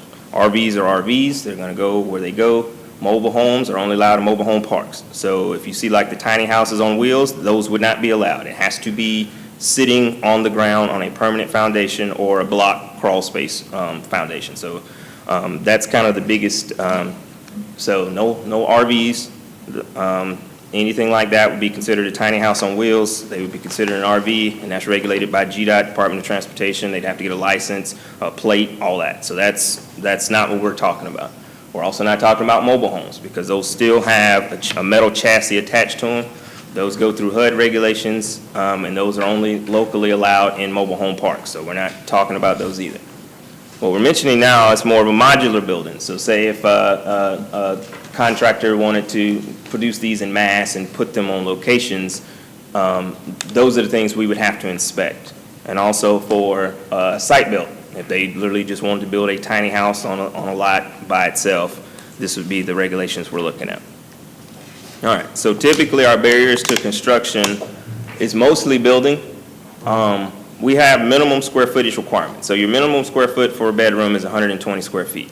That is, so in a tiny house, if we're talking about 400 square feet, more than half your space would have to be a bedroom, and then 70 square foot in your kitchen. So now you're already up to almost over 200 square feet, and you're trying to make everything else fit, your living room and all those kind of things. So typically, that's the biggest barrier, because you couldn't build in 400 square feet because of the requirements for your minimum space requirements as a normal structure, because we had no other rules to refer to. There was no other barriers to go by.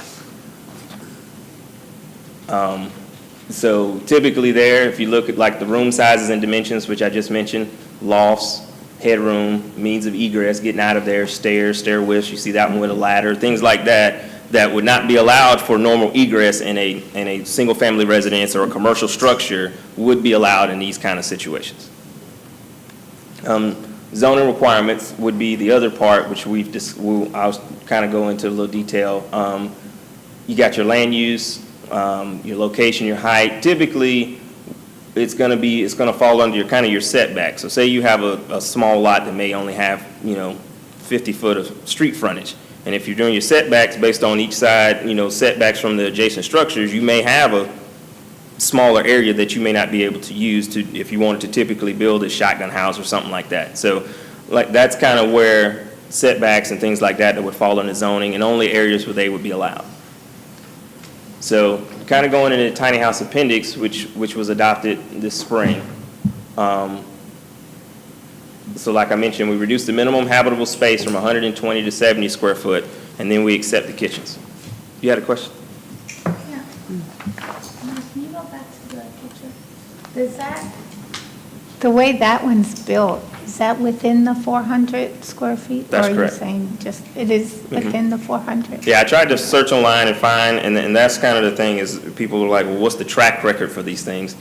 Because they That's technically amazing. has never been a statute to be able to regulate them under. People don't really publicize, hey, I got a tiny house here, I got a tiny house there, because it doesn't meet any requirements. So typically, it's a city or a location or locale that has allowed some type of exception for them to be built. A lot of these are kind of stage houses or spec houses to get people interested in them. Like I said, Tiny House Atlanta, I know in Decatur, they typically do a kind of an open house, and they bring a lot of trailers onto a site, and they do it more or less like a special event, and then they bring them out, and they have them out, and people can walk around them. But once again, those are on wheels, so those aren't allowed. Or the ones you see on HGTV, those are on wheels, those wouldn't be allowed. So these are only foundation built on the site or having a crawl space. But they cannot have a metal chassis, they can't have any wheels on them, can't have a trailer hitch, they have to be tied to the utilities, all that kind of stuff. They have to be permanent structures.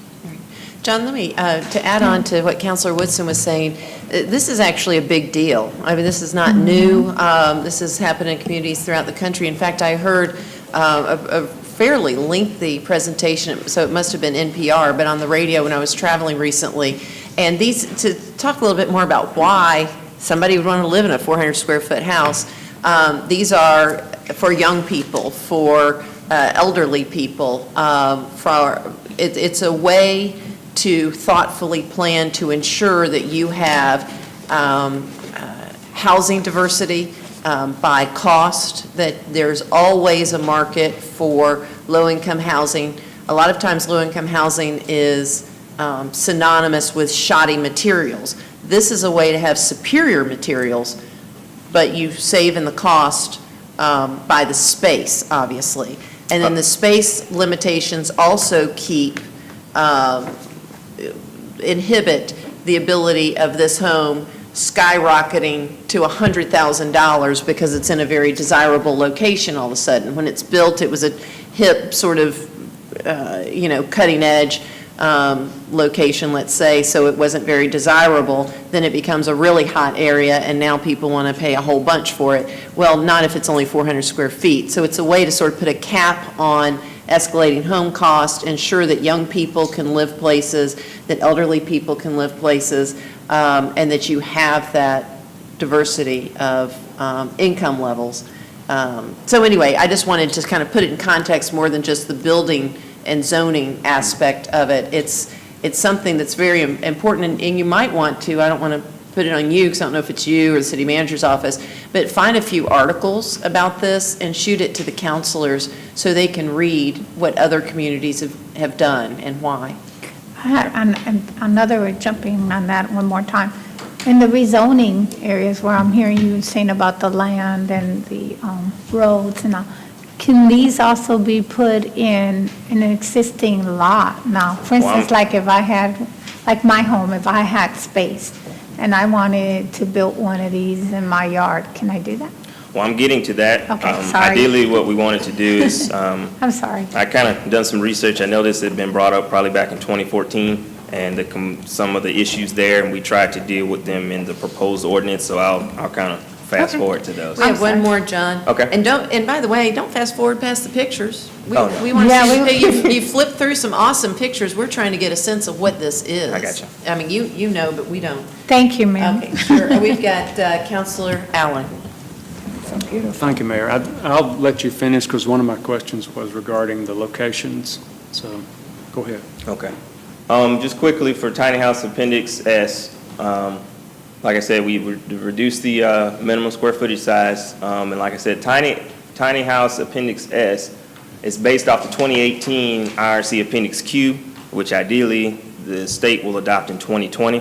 The state locally is trying to get ahead of that and have some stricter regulations because they're adding conditions for smoke and CO detectors like we do in residences, that you have to have them before every bedroom before you go into those, and the maximum heights on lofts. What we wanted to do is that if, on the third bullet there, the maximum height is 5 feet. We don't want you to cheat the system and create a second story by saying that loft doesn't have a max height. So with that max height, you're not cheating and creating another story. So that also helps with the regulation of heights in neighborhoods and things like that. So we want to make sure that you weren't getting around that. But like I said, all appendices to building code must be adopted by city council. So that's why I'm kind of bringing it to you now, because the state brought it forward to us at the state level to say that we can adopt it, but I did want to get your thoughts on it before I just brought it to council and said, hey, here's the first adoption. So that's kind of why I wanted to bring the work session so we can discuss it. Once again, you can see the one on the left has wheels, not allowed. Nothing on wheels. You kind of see the one on the right, some of the new requirements that we require a railing across the top of that one so you don't roll out and fall down to the bottom floor, and you have guardrails all the way up the stairs. Things like that will be a part of the code.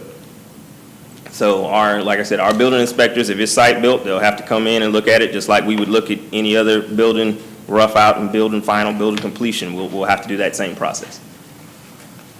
Once again, that's another house, like I said, set on foundation, set there, lights and power, all that has to be run to it. So this is what we're proposing, like I said, depending on, like I said, what I hear from you all.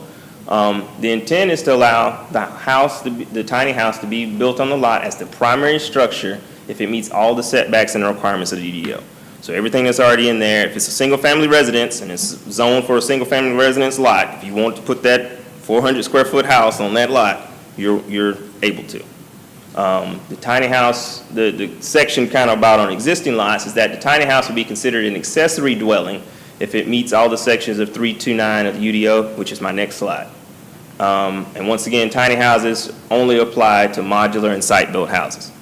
So the guest cottage is already in the UDO. So the intent is to use that same requirement for the tiny house. And as you can see, the minimum lot size of that principal structure has to be an acre.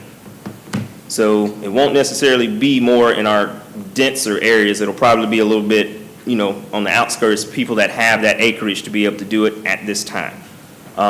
Maximum number of units, so it'd be one per lot of that accessory use. Like I said, if you're zoned in multifamily, now you could have several on one lot as long as you meet the setback requirements and everything in the UDO about lot coverage and things like that. The biggest one I highlighted in yellow there is no rental of the unit. So it's not like you build one of these in your backyard and then you got it rented and you got it for sale. We're not allowing that. This would fall under the guest cottage requirement as a tiny home, because you can see the maximum floor area right there is 1,000 square feet. So we're giving you another area to enter into that guest cottage area at 400 or less. And kitchen would be permitted, and permitted zoning districts would be any zone that meets that requirement. And then you can't put them in commercial areas, so we wouldn't be permitted in non-residential areas. You see what I'm saying? So we were trying to make it into an ordinance we already had, so we're not, like I said, everybody can build a tiny house everywhere. It's just kind of right now, we're just trying to see kind of how this trend goes. So under Hold on a second, we've got a couple of folks. We've got Councilor Thomas. John, would you talk a little bit about why the rental of this is not allowed? Well, I don't understand the reasoning, I guess, behind that. Well, like I said, right now, the only intent is I was just matching it to the existing UDO. Why they're not rented, any of those accessory dwellings, we've not allowed them in the past. Like I said, if somebody has an accessory structure in their property, we don't allow them to sub-rent it if they qualify, if they consider it a guest cottage. We go out there and deal with those. Councilor Davis, I know we had one in a neighborhood in your district that we dealt with, and we made the guy. But we allow, for example, an apartment over a garage to be rented. That's correct. Right? Yes. This is like I said, the accessory dwelling is a detached unit on that property. Typically in a garage or situations like that, they're attached to the main, it's grandfathered in, and they were attached to the main structure. Or, like I said, we have a lot of guest cottages that are in the Lake Bottom district. Like I said, right now, they wouldn't meet the requirements right now because they don't have the acreage, but they were grandfathered in when the UDO was adopted. So when this was put in, it was already listed that they were not allowed for rental use. So, like I said, once again, that's something we can look at in the UDO if you so desire. Like I said, I was just trying to, like I said, I don't want to kick the door wide open. I kind of wanted to just crack it open and see kind of how this goes, and if people are interested. We get calls maybe, once or twice every few months about a tiny house, or I would like to see the information on a tiny house and what would be the requirements. And right now, we stopped them at that point because code-wise, we couldn't allow it. It wouldn't have met any requirements. So that's kind of where we've left it, but now that if that opportunity comes where they are allowed locally to do it, then we may get more momentum on those, like I said, and it may cause changes to this eventually. I just don't know at this time. Well, I guess maybe when we discuss a proposed ordinance, we can talk about whether we need to change the UDO on the rental piece or not. So Correct. that just stood out. Thank you. We have Counselor Allen. Just a moment. There you go. Thank you, Mayor. John, are we looking at a whole new code section for the tiny houses, or are we looking at amending our? You should have one of my attachments is the actual appendix. No, it should be another, should say Appendix S. Okay. Should look like this. It's got about 3 sheets. So that would be the new regulations code-wise that we would look at. So it would be a separate code amended to our. That's correct. Okay. I like this better. The other concern I had, there's a reference to where they're permitted to go, as I see your presentation, right? Where they're permitted. Correct. What areas of Columbus they are allowed in. Now, right now, that would be all residential, all residential period. This is only if it was an accessory dwelling. But if you wanted a single-family lot, SFR, family lot, you could build one, you could consider that your primary structure. Right now, because of the square footages, it would fall under an accessory structure, and you can't have an accessory structure as your primary structure.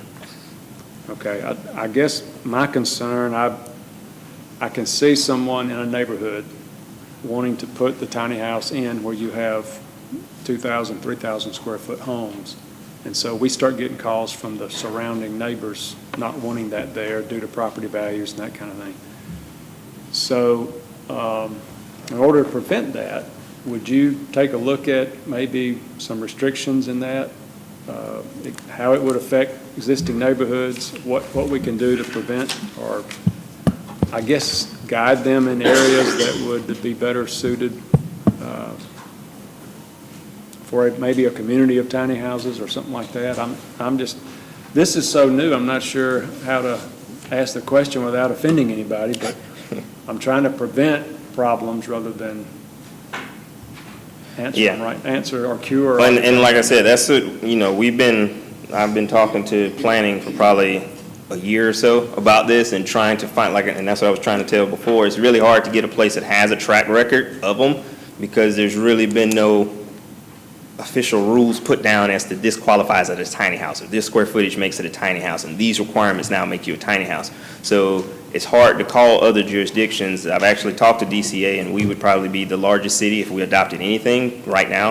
I think Union County and another county has done it already, but they're counties, and so they're not really concentrated. So some of these other questions about urban infill and things like that really wouldn't cross their thing.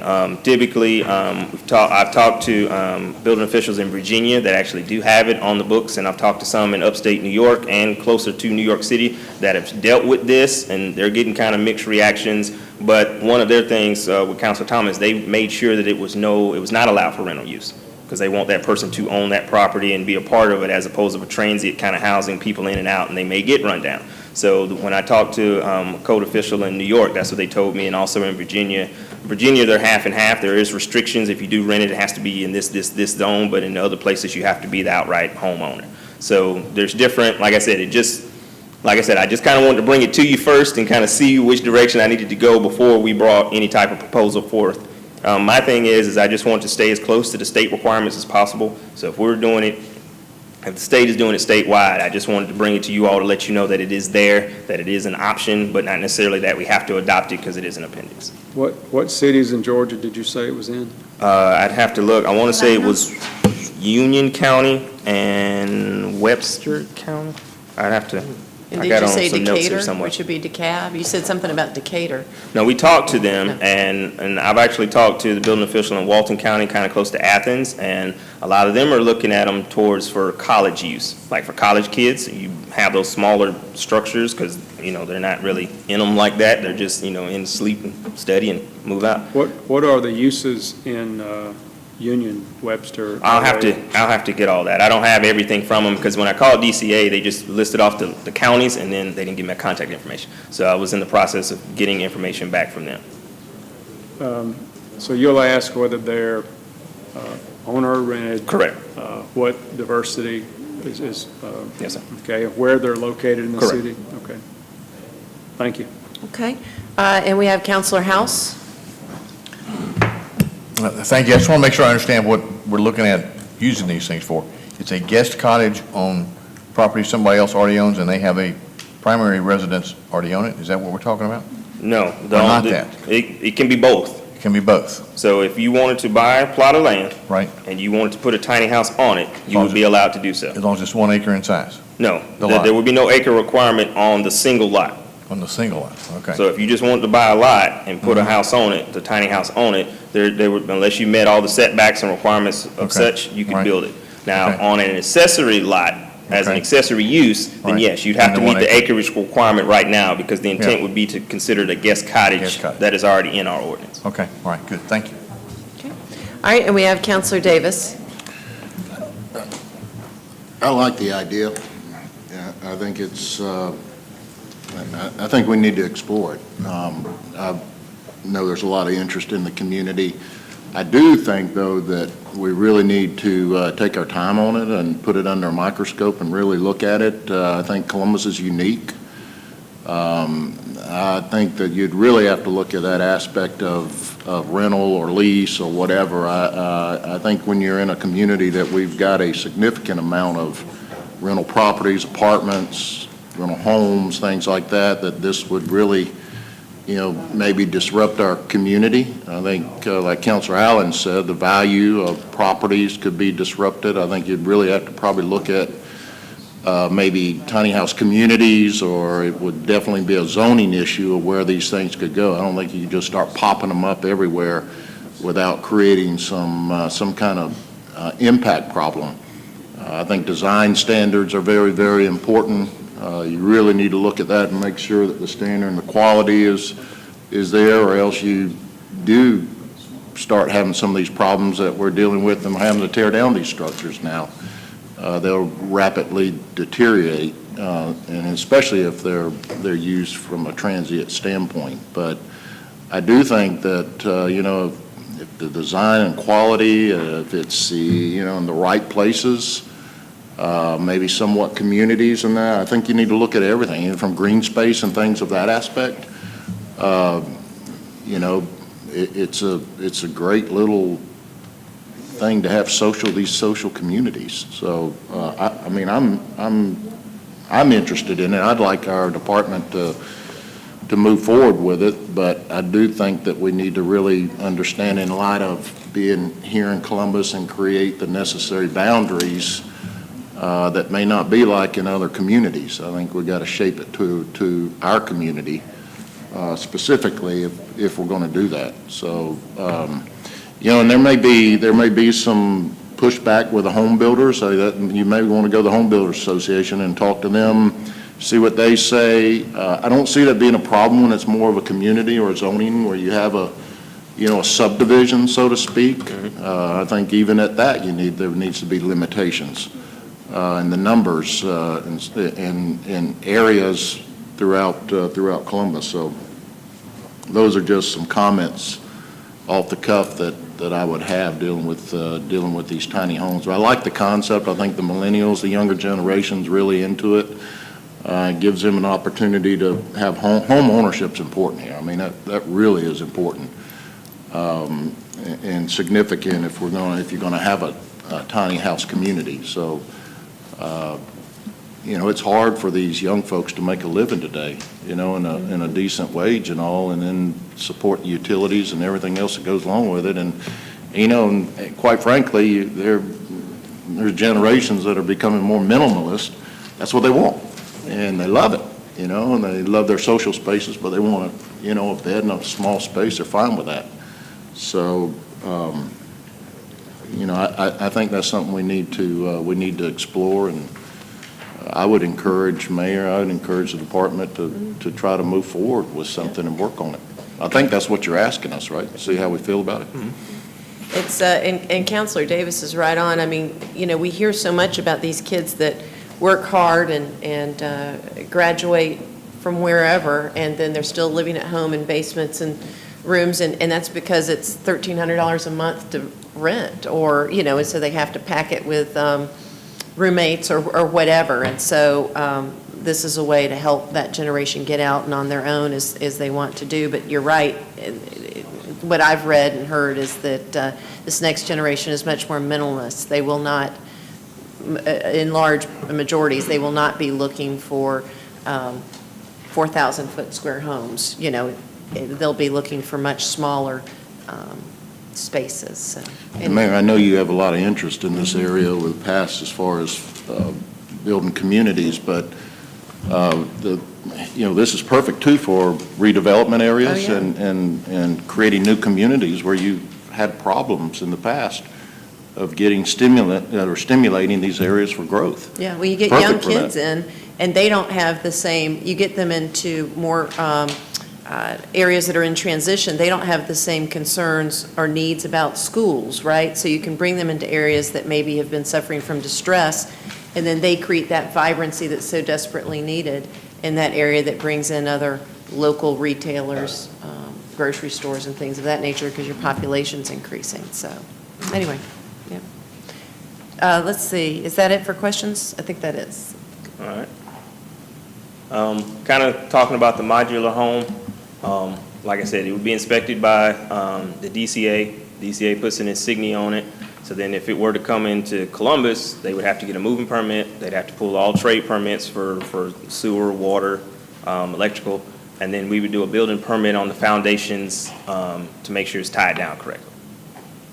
If you were to build it on a site-built tiny home, you're just building it yourself on a piece of property, you'd have to go through the typical residential review process. So we review it, you pull your permit, you'd have to pull all the inspections that needed to be performed, and then you get your certificate of completion. So that would fall under the same residential schedule that we do right now.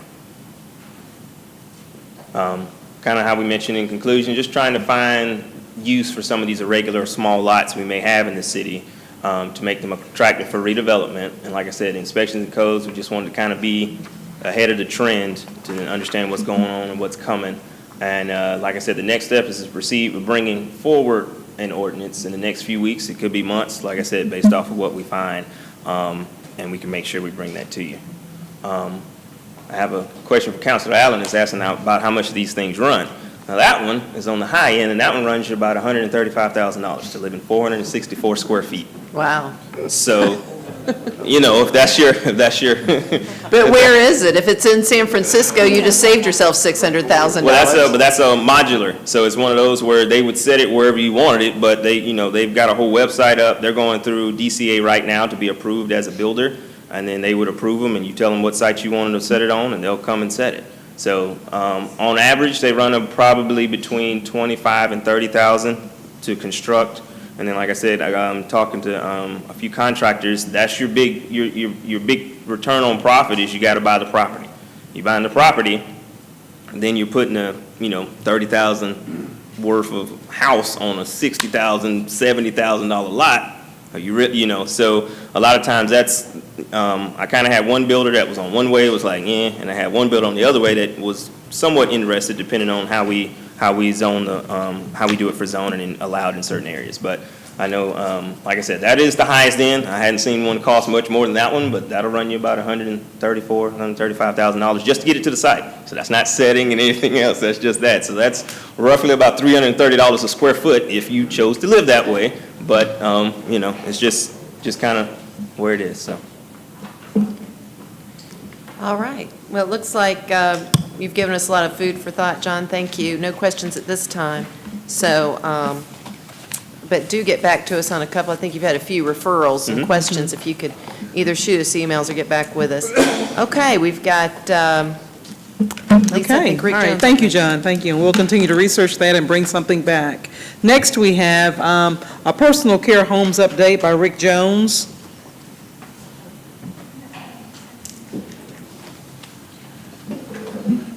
Good morning.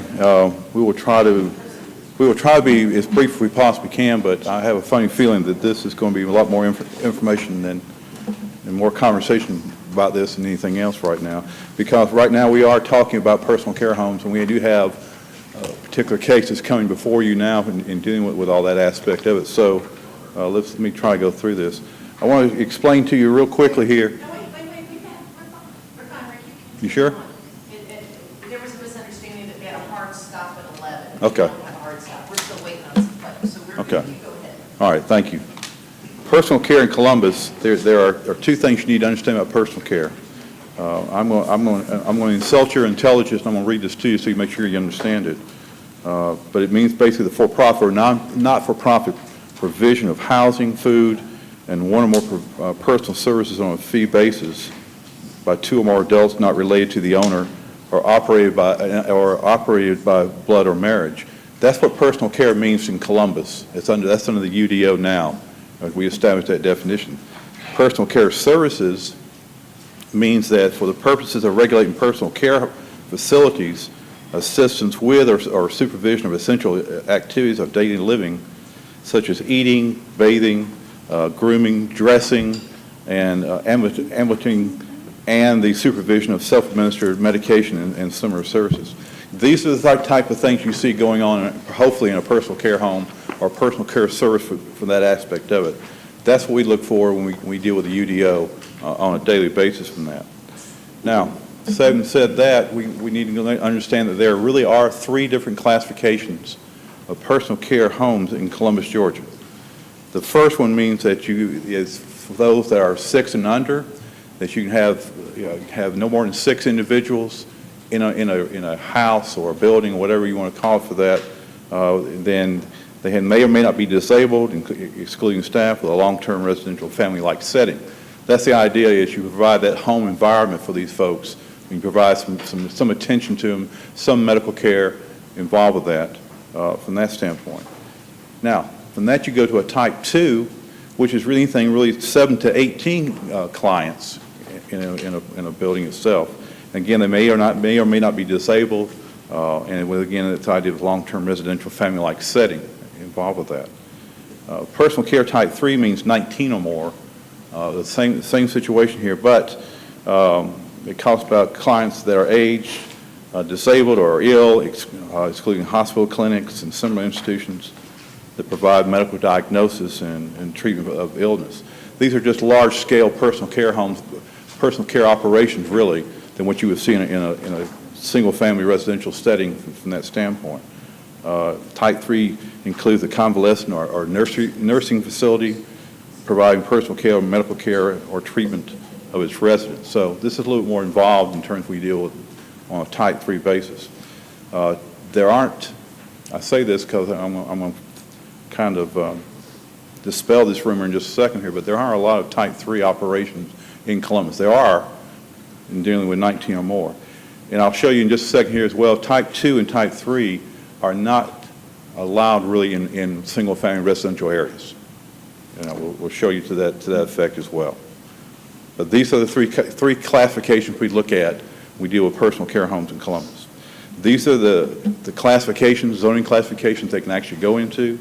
You can see here on this, personal care really is allowed anything in pretty much any type of residential area itself, including an RMF1 and RMF2 area itself from that standpoint in dealing with that. You go to personal care, and we're going to talk a little bit more about this, about dealing with type 1. You can see they are permitted uses. We're going to talk about that just again in a little more detail. I think we understand what that, but we want to go in detail and let you know exactly what we're talking about by permitted uses. If you're operating anything more than 6, between 7 and 18 here, you consider it at type 2, and that's where you go into this idea of being a special exception use, and particularly in an RMF, which is residential multifamily 1 or 2. They're not allowed in a single-family zone. They're only allowed in multifamily zone itself. And they're also allowed here further out in this residential office use or commercial office use as a permitted use. They can go in those areas if they're zoned correctly for that to happen. And then personal care type 3 are also the same, along the same lines here, involved with, again, they're in the RMF 1 and 2 as personal care type 3, or they can go as a special exception in the RO and, excuse me, I said CO, but RO, but GC areas as well to make that happen. So that's where they can legally go today in the community as a whole. There are also two other classifications you need to know about. They're not necessarily involved with these, but they are called traditional housing facilities type 1 and type 2. Mostly these are areas or operations that really provide treatment, therapy, medical care, counseling, guidance, or other similar assistance for former current use and abuse of addictive or controlled substances, including illegal and illegal drugs, and chemical, alcohol, tobacco, and similar substances. There's a distinct difference between a traditional housing facility and a personal care. Personal care homes cannot provide these kind of services, whereas if someone is coming out and dealing with addiction situation or dealing with something of that nature, they have to be in a traditional housing facility in Columbus. You go to a type 2, it goes a step up really in the sense that these are folks that require some type of judicial or correctional control, direction, guidance, or counseling, include but not limited to the following categories: work release programs for current and former convicts, alternative incarceration and correctional programs, halfway housing, pre-release programs, pre-screening programs. These are folks that are generally involved with the court system in some way in dealing with traditional facility type 2. So I share this with you to say this. There is a distinct difference between the two. You have personal care homes, which are primarily providing a home-like setting to these folks to take care of them. They're not getting involved, though, with things like therapy and medical care and dealing with addictions and things that like traditional housing facilities would do in Columbus. So just want to make sure we understand that. And again, you'll see here in yellow, these are allowed, type 1 of traditional housing is a special exception use. It can go in a residential multifamily 1 or 2, and it's a permitted use in a general commercial. Type 2 here is permitted only in the basically manufacturing, a light manufacturing area itself. We had that instance one time that we were looking at someone coming in with a type 2, and we were going into a light manufacturing area, but the opposition was so great that the program failed. We've had other instances as well where they've tried to go into some of these areas, and the neighborhoods had complained so dramatically that it just fell through and never came back from that. Rick, Councilor Woodson has a question. Yes, ma'am. Thank you, Rick. Question for you, just for clarification. And I don't know, maybe Councilor Davis can help too. So in the question that came about that we're looking at all this is because a group home that had 10 young men in it instead of 6. That wouldn't be considered in a personal home care, because if they're getting counseling or anything like that, that would become a transition home then? It could. They have to show us why or why not they're meeting that criteria involved with that. We look at it from the standpoint of what services they're telling us they're going to present to us, and we go make that determination from that aspect itself.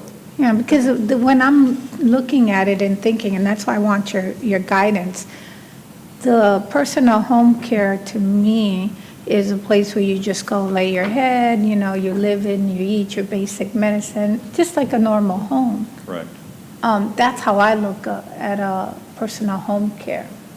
But in this one here, and it says transitional home facility, that's basically the same, except they have other programs like therapy, they have counseling and things like that.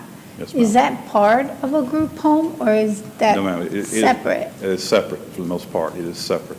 If they meet either one of these definitions here on transitional housing, we have to classify them as such. But that classification understanding also comes about when they make that application to us. If they're telling us for the most part that they're not doing any of this stuff, they fit more into a personal care home. Okay. Now, I'll say that to say this at the same time, that when we may go out there and review it, or we get a complaint about it, if they're not meeting the criteria we established for personal care homes and they're more fitting to transitional housing, then they have to stop that operation. Okay. They are in violation of the ordinance at that point, and we have to cite them for that purpose. Okay. Now, these services have to be in-house. It isn't someone that comes and visit, or it doesn't matter? Say that again. Like in the personal home care, they're there, and a counselor comes to speak to them just to encourage. That doesn't matter. That doesn't correct? matter. That doesn't matter. It's just if it's in-house, there's someone there 24 hours Right, a yes, day doing counseling and therapy. We're looking at facilities that really just accommodate under personal care. Again, this is my terminology, and it's somewhat in the language itself, a home environment. Okay. Much like you would see in your own home, that someone come and make sure they're adequately taken care of, they're provided a place to sleep, a place to eat, things of that nature. Okay, I'm clear now. Thank you.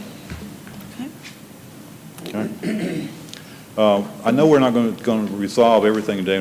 This is not the intent. I should have led off with this. The idea here today is to give you an overview, a primer, if you want to say that, about personal care homes and what we're up against here. The key item here, though, is this thing called the Fair Housing Act, which we also know is Title VIII of the Civil Rights Act of 1968. And of course, you understand this, that you can't discriminate based on race, color, sex, religion, things of that nature. And that's important here, particularly in terms of dealing with this discrimination idea of housing. You cannot discriminate for housing just because someone may have a handicap or have something that's going on in their personal life. You can't discriminate based on that matter. And then it talks getting about dealing with this thing about banks and so forth, about discriminatory practices. But what it really gets down to is you have to treat everyone equally in terms of provide them housing opportunities in your community. That's where we go from that. Everything we're talking about here really is now based on this act, this Fair Housing Act, in terms of what we're dealing with. Back in January of 2014, we had an application that was made to reduce the requirements from special exception use for a personal care home from 1,000 feet to 750 feet. As you may recall, prior to that time, if you wanted to have a personal care home of 6 or less in this community, you had to come through for a special exception use. And when we do a special exception use, that means we notify everybody generally within 300 feet of that surrounding property. And if it warrants, we may go further than that out, maybe go out to 1,000 in some cases. But we had to notify property owners at that time. And then the requirement also was for a personal care home could be no closer than 1,000 feet to another. Well, we had an issue up here where that was a concern because they were too close and we had competing operations going on. And so at that time, the Planning Advisory Commission recommended approval. The Planning Department in turn would recommend denial. And then we got in front of this body here to talk about it, and there was a lot of concern about where we were going with that and about how this separation could be, and could we reduce it down to 750? Why do we have 1,000 feet and things of that nature? In turn, then we requested an opinion from the City Attorney's Office about this idea of 1,000 feet in separation, and could we maintain it, and could we go forward from that standpoint? From that, back in February of that same year, the City Attorney's Office issued a memo. I believe most council members got a copy of this as well. And it boils down to two sentences to me in that memo. The first is that it says, this office concludes that the 1,000-foot separate space requirement is likely unconstitutional and a violation of the Fair Housing Act, which should be removed from the UDO. Talking about this idea about discrimination now, about we were setting up standards for these operations that were different from other folks in the single-family residential area. Nobody else had to have a separation for anything else involved with that. And so that was one of the reasons. Then the memo goes on to say, this office recommends its removal from the UDO and should not be applied to any current zoning applicant or applicant for a certificate of occupancy for a personal care home type 1. Personal care home, again, now is anything 6 or less, can go primarily in any residential area we have, zoning-wise, from that standpoint. There's, like everything else, there's good and bad associated with that. Basically, that ruling, we've eliminated the idea of any type of discrimination, potential, any type of legal action being taken against the city for that matter, but also opened up Pandora's box when it's all said and done. Because now, where we had something that did govern these things in residential areas, that went away and left us where we are today. Today, these are the actual requirements now for a personal care home type 1. Can't have more than 6 residents in the home. If you're in a single family or multifamily residential neighborhood zoning district, the character of that building cannot be changed. You got to maintain it so it looks like a single family residential home like any other in that area. You cannot overdo that. Signs, you got to comply with the UDO sign ordinance section of the ordinance, which basically says you can only have a small sign out there in the front yard for that matter in dealing with that. And then compliance, you got to comply with all federal, state, and local laws and regulations. This is what we deal with today. This is what the criteria we look at in terms of dealing with personal care type homes from that standpoint. I'll be honest with you, it's not the strongest part of the ordinance we have, but it's what we have today from that standpoint. So, because there's no longer a distance requirement now for these personal care type 1 homes, they're automatically now handed to inspection code and to the fire department. Inspection codes will get it because the state now requires you to come get a CO, like a certificate of occupancy, saying basically that you're ready to go out in these areas. They will look at it, sign off on it basically. Fire department goes and makes sure that the building is actually safe for someone to be occupied from that standpoint. As I said, the applications we've been really swamped with them for the most part in dealing with that. According to inspection codes, we've had 74 of these approved as right of use since 2016. There's 74 of these personal care homes itself. Of course, the complaints in the neighborhoods have steadily increased. They're complaining primarily, and I know they have complained to you as well about no notifications being given. We didn't know this was going to show up in our neighborhood. And the other thing about it, concern about use, noise, and traffic, and other similar type of items involved with that action itself. These are the things we're dealing with from that aspect. This is a map I asked for from inspection codes. This map is a little bit misleading, but this really shows the location really of personal care homes in Muskogee County today. There are over 200 locations here. I say it's a little bit misleading, and this is not indicating all personal care home 1 only. This is all types 1, 2, and 3 that we're dealing with. So you have a location for 2 and location for 3. Director Hutchinson and his team is putting this together now and trying to break these things out and make sure that they marry up with what the state has and what we have, and make sure they're all legal also. That's the other objective here. We've got to get a handle on that from that aspect of it. This is what we're looking at, though. This is, I said, we've seen our share of it. In fact, I've heard from different sources that because of this action, because there's no longer a distance separation, a lot of folks in the state are now looking to come to Muskogee County and open the operation up. For some reason, either because they haven't been challenged or pretty much don't care, some of these communities still have a distance separation. And like I said, for whatever reason, they still have it. And these folks that are trying to operate these things realize that, and instead of having to fight that battle in the Atlanta area or Savannah, Macon, wherever, they're coming to Columbus. And they're not coming to Columbus primarily to service just the folks in Columbus. They're actually importing folks from other parts of the state to Columbus for that reason. So where do we go from here? We talked about it last council meeting. We're asking for it again. ready to come forward with it at the next council meeting itself, is to prepare a moratorium by ordinance on any new personal care home for the next 120 days. That should allow us, if you grant us that option, that should allow us to go back and redefine what personal care homes are. There are a lot of things I think we can go in there and actually beef our ordinance up, make it a little bit more stronger in terms of what we're looking for personal care homes, establish better requirements for these personal care homes. We can review what other communities are doing, not only in Georgia, but throughout the country as well, and get a better handle on what we're trying to achieve. We want to sit down and talk with some of the state departments and some other entities about what the requirements really are and how we go about monitoring, how we can work together on that. At the request of Councilor Davis, I reached out to Judge Kennan the other day, and we had a good conversation about it, and he is willing to help us in terms of being a facilitator in some regards about bringing some parties together to talk through some of these issues, and that's what we want to try to do. And of course, we always are looking at new ways of how we go about monitoring this and getting a better handle on what we're trying to achieve here as a community.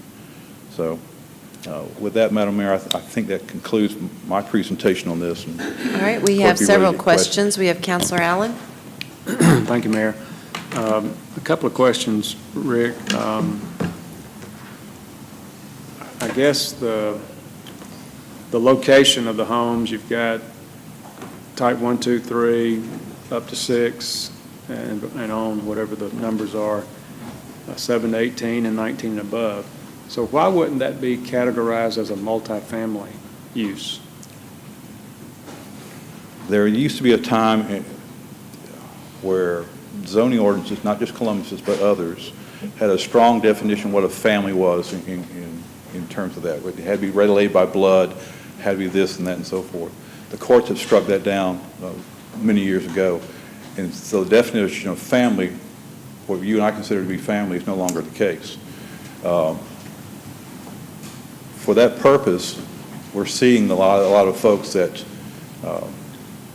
I don't know, I'm going to pick on poor college students here, but where college students may not be related by blood, that actually live in that house.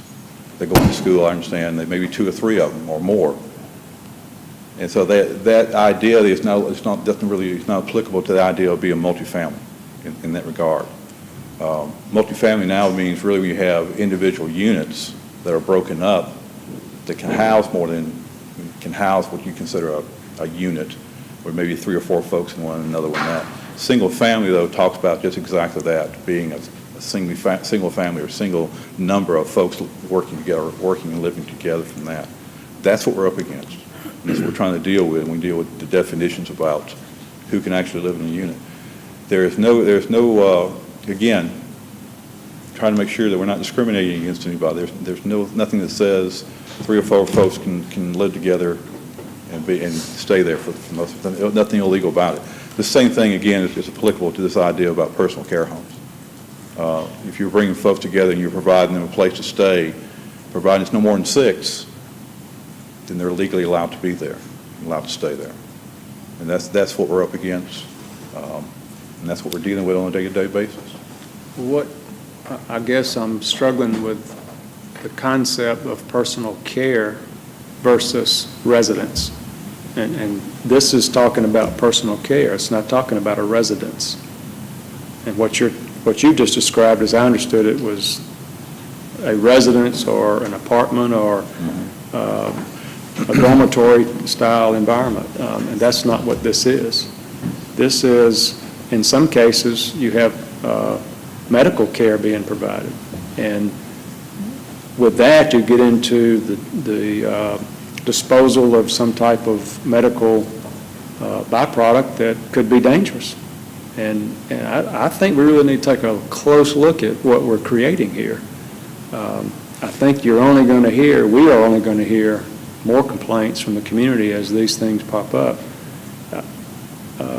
I see a sense of urgency that we need to move very quickly. I like the idea of the moratorium. I think we need to, I would like to vote on that today to give you some guidance. Okay. I'm still, I don't know that I agree with the residents qualifying aspect of this new statute we're considering. I mean, if it's personal care, that's a whole different category to me. And that creates a lot of problems in a normal residential community. Council, personally, I share some of that same concern with you. Because in a lot of essence, you really are operating a business in a residential area. Yeah. And I'm uncomfortable with that. I really am. But I also know what we're dealing with now today based on legal guidance, not necessarily from the city attorney's office, but in general speaking, in terms of what's on the books now from the federal government itself and how we deal with things, and particularly dealing with this idea of discrimination, make sure we're not getting ourselves in a bind here. Our charge, I think, is clear. We need to come up with a better idea, a better understanding about how we're going to deal with these operations and how we can make them still accessible to the community, but yet at the same time don't impact the very neighborhoods we're trying to protect. And that's what we're up against, I think, more than anything else. So that's why I think it's important that we go ahead and institute this idea of a moratorium to give staff plenty of time to work on it and come back to you with something. That's one more thing. Has anybody looked at or thought about looking at the income of a typical home in this category with the idea of focusing on how the taxes are structured? I know they buy groceries, I know all that tax implication, but as far as income tax or those kind of things, what bracket are they in? How do they function? Those kind of things. Is there a separate category for state? Those right. Federal, whatever. The right or wrong here, the city looks at the standpoint about is it a legal use going into an area, particular area, where that area may be. That's pretty much the extent of our, I guess, our authority has been looking at that. We really have relied back on the state to actually come in and monitor those things and sign off on them and say, yeah, they're a good use. But I think we need to take an additional step forward on this now, understanding that we do need to look at what kind of income is it generating, how are these things being paid for, what type of square footages are these operations providing for, are they providing certain safe qualifications for these individuals. What little research I've done so far and staff has done, we know that the state does establish these, but my concern is how much of that is actually being enforced. If you're saying that you got to have, I don't know, 60 or 70 square feet per person, how advanced is this in the state coming forward and looking at that? We look at it, again, from a safety aspect and dealing with the fire department and building codes and things of that. But I think at this point, we're looking at going another step beyond that in terms of looking at what really are the qualifications to provide, make sure that these are livable establishments when it's all said and done, and that they really can accommodate what they're saying they're trying to achieve.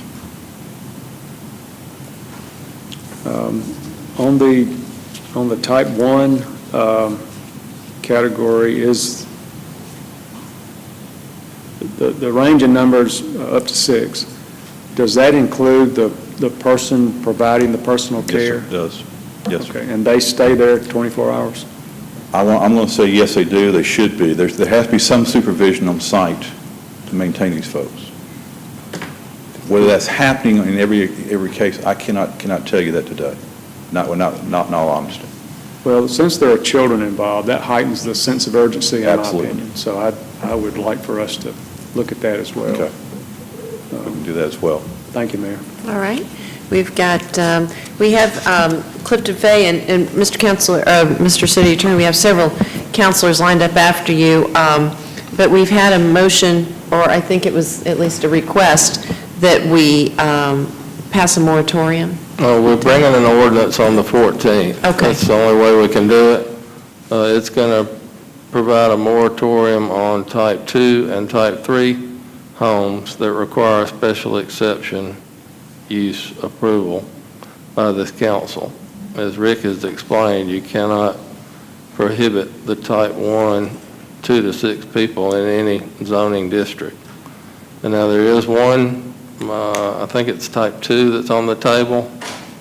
And yes. I see their attorney back there today, but the moratorium will not apply to that application. Council will be looking at that again on the 14th, their application. But as far as type 2 and 3 that require special exception, we will have the moratorium on first reading, and then you can vote on it at the end of August. And Mayor, could I ask? Yeah, Councilor. It's still on. Oh, yeah. Why is the moratorium not applicable to the type 1? well, partly because of the fair housing requirements. You cannot set up regulations that are different for type 1 homes than any other family unit in a single-family residence. Under federal law now, you can't do that. It specifically mentions type 1? Well, it talks about personal care homes. It doesn't get into our definition, but there have been cases we looked at from all over the country that say the small residential personal care type home, similar to ours, you cannot put in spacing requirements, zoning requirements that treat them differently from any other single-family residence. You just can't do it. Okay. Could you send council a copy of that? We've got the memo he just mentioned. Well, it's got excerpts. Yeah, we'll be glad to send you the entire thing again. Okay. Thank you. All right, we've got Councilor Thomas.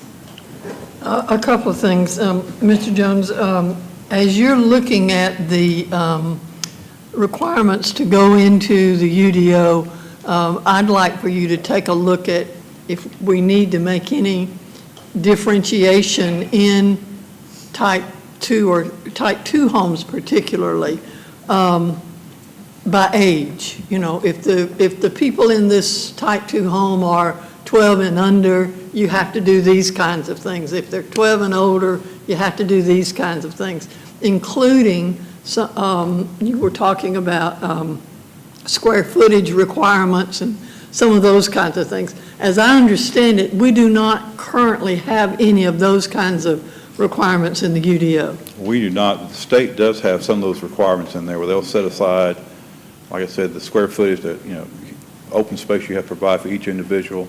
They do require a certain number of bathrooms for that. Reading through this real quickly, that, you had to providing basically a living room area. You're not supposed to be able to go in there and just chop the building up and put nothing but beds in there. You got to provide some real living space too as well. But those, I think, are the things we need to be looking at from our aspect of it. And can we actually add those, and do they make sense for us to add them? I think it's what we need to be talking about over the next couple of months. Let's look at it at any rate. And I know that I had a conversation a couple of weeks ago with the fire marshal, who was concerned about requirements for sprinklers in these homes.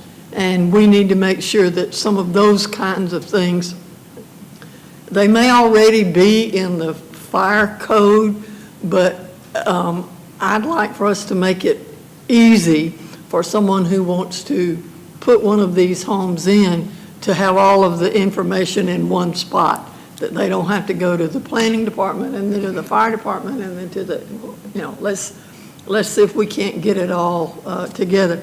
The other thing that I wanted to say, I saw in your presentation here that you said the complaints about these homes has increased. In my neighborhood, within a one-block area, there are 2 type 1 homes. I would not know that, except that when the second one was established, some of the neighbors found out it was going to be a type 1 home with 6 adults and complained. Today, they've been in existence, I guess, a year or so. Today, you cannot tell that that residence is any different from the residence next door to it. There are no more cars, there's no more traffic, there's no more anything. And so I would hope that as we are looking at complaints and that sort of thing, that people will, I don't know, give these folks a chance. As I said, you can't tell any difference in this home and in other homes in the neighborhood. So just wanted to add that to the conversation. Thank you. All right, we've got Counselor Davis. Director Jones, I think it's wise in slowing down and looking at this. And I think what we're trying to do is really strike. It's not, I mean, today you can continue in the personal care homes with a limit of 6. That's not an issue. I think it's what we're trying to do is strike a balance and boundaries at the same time. And with the goal, I mean, we're all concerned about the health and welfare and protection of these children.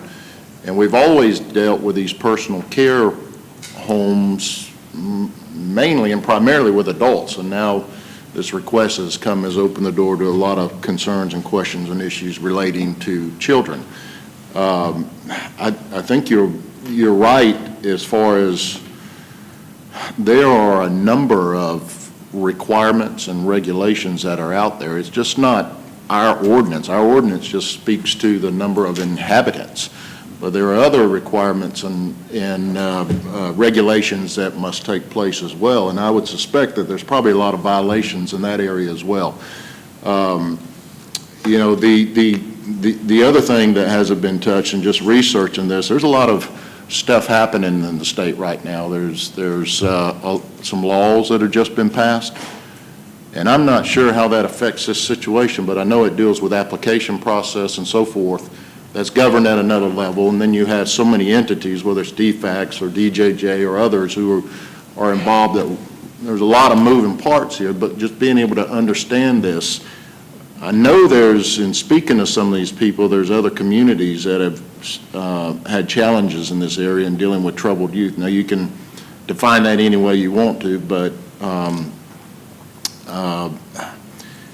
you know, there's been concerns in residential areas. Lots of them. So cities, I do know that this is just something that's starting to happen. Evidently, it's a matter that more and more people are getting involved, and they're choosing to establish these care facilities in neighborhoods. So therefore, that's where the balance comes in, where you got to strike a balance and the boundaries as well. I do know that their ordinances somewhat mirror ours, or ours mirror theirs, but now they're creating different categories, even more so just to deal with the youth aspect. And, you know, North Atlanta, South Atlanta, some of these places, these things are happening. I think that it would be wise, like you said, to take time to look at some of this and how they're trying to strike that balance as well. You know, life safety, like Councilor Thomas said, is always a concern when you're dealing with this. And I would suspect that some of the laws that are already out there and rules and requirements kind of limit the number of inhabitants in these care homes as well, without having to go to another step, whether dealing with food services or those type of requirements. And I'm sure there's probably some space requirements per individual inhabitants as well. So I think it's wise, if we're going to accept these requests, you know, and we're going to deal with these requests, then we're going to have to strike that balance in the boundaries. The only way to do that is get the professionals in a room, get the people that know how this works and what's going on, and try to find out what we need to do to make sure that these children, their health, their welfare is put up at the top, and their protection as a priority. But I applaud the people who are involved in this and really helping. You know, there's a lot of great people, good people doing good work out there in the community, but there are some that are also taking advantage of it, and we know that. So, you know, having spelling it out, setting the parameters for everybody so we know at the end of the day that these children are taken care of. And the issue here is that the oversight is just, you know, you can go horror story after horror story of what's happened to children because of the oversight. The oversight is such a challenge in this state. Currently, I think we're being challenged again at the area locally with DFACs, trying to meet ends there. So, it's only the right thing for us to do on our end when we're asked. I'd hate for something to happen. We start approving these requests, something happens, the guilt, the blame is on our hands. So we need to work together with all these people to make sure that these children are truly, that again, I use the word balance and boundaries, is established, and then allow people to minister to these children in the right form and fashion. Okay. Thank you. Okay. We're certainly going to work toward that goal, Councilor Davis.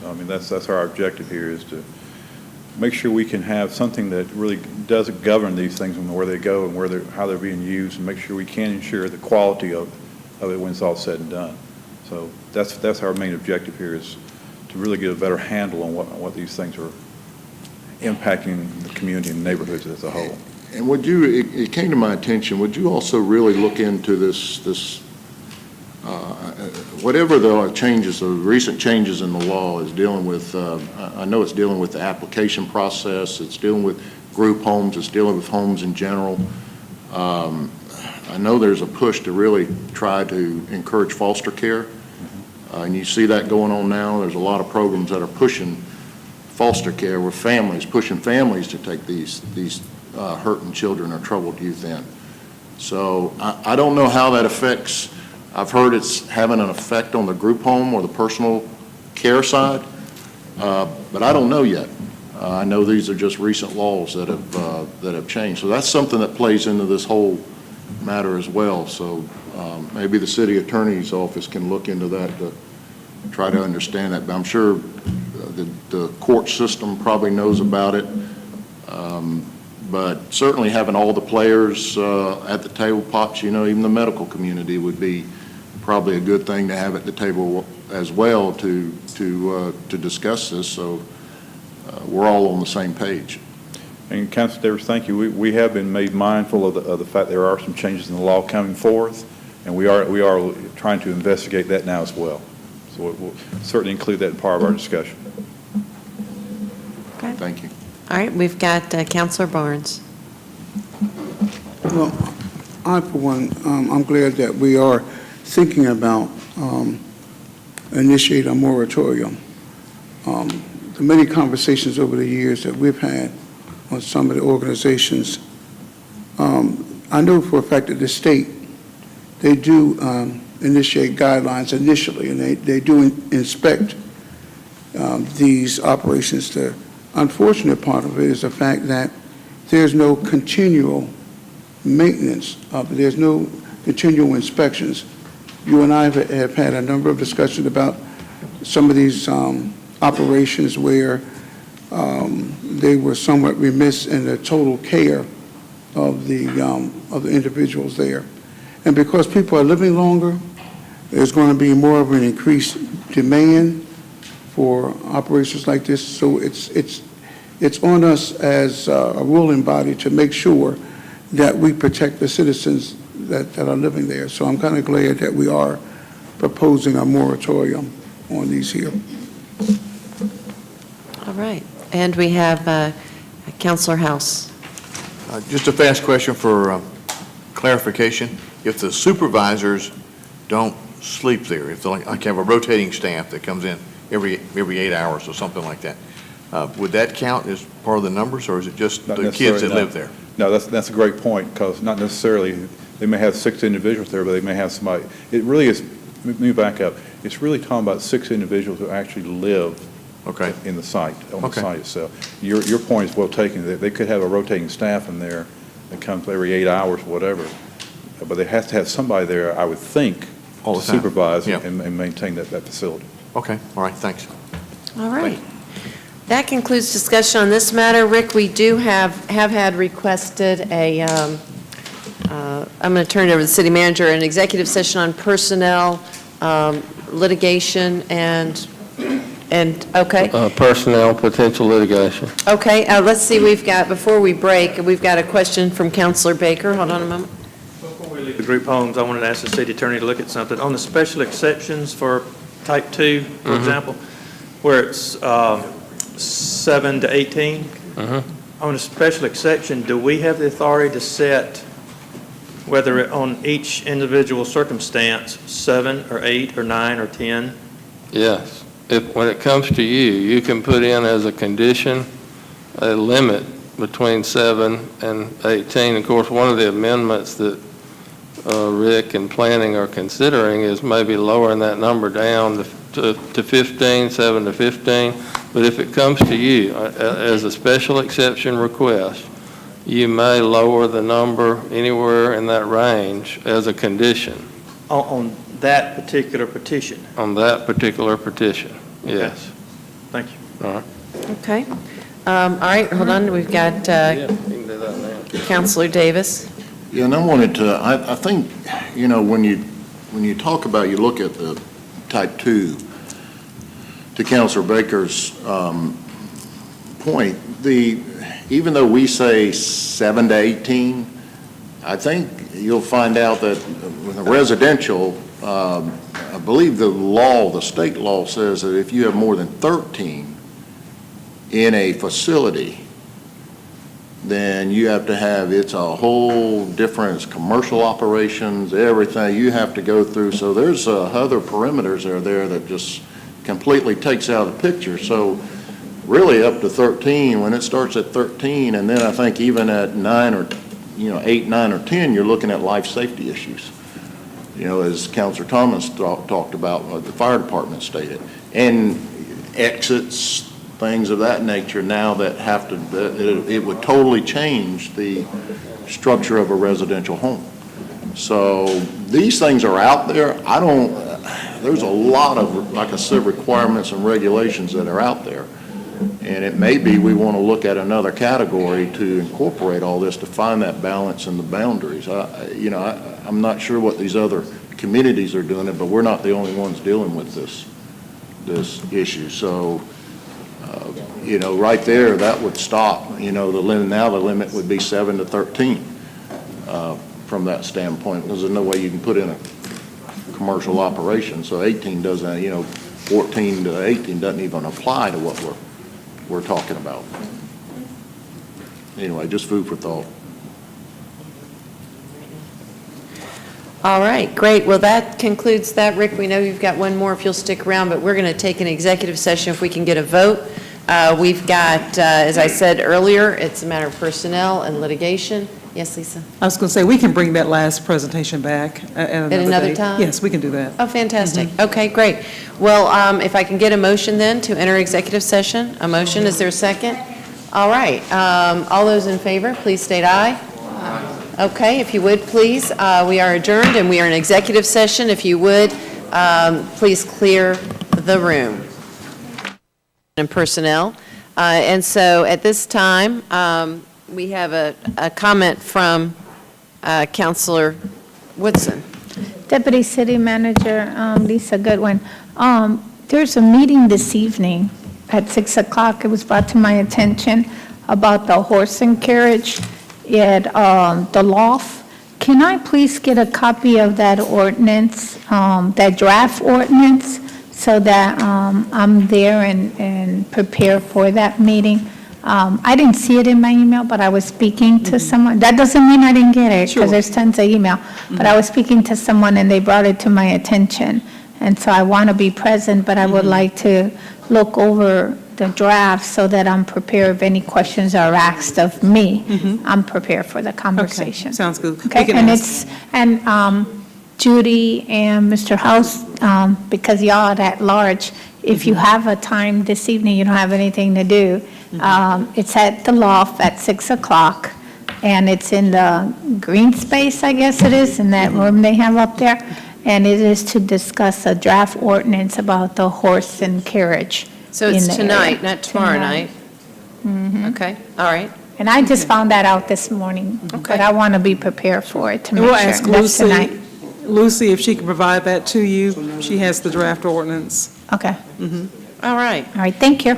Okay, with that, there's no further business, so we'll entertain a motion to adjourn. Will we adjourn? All right, we got a motion and second. All those in favor, please state aye. All right, we are adjourned. Thank you all.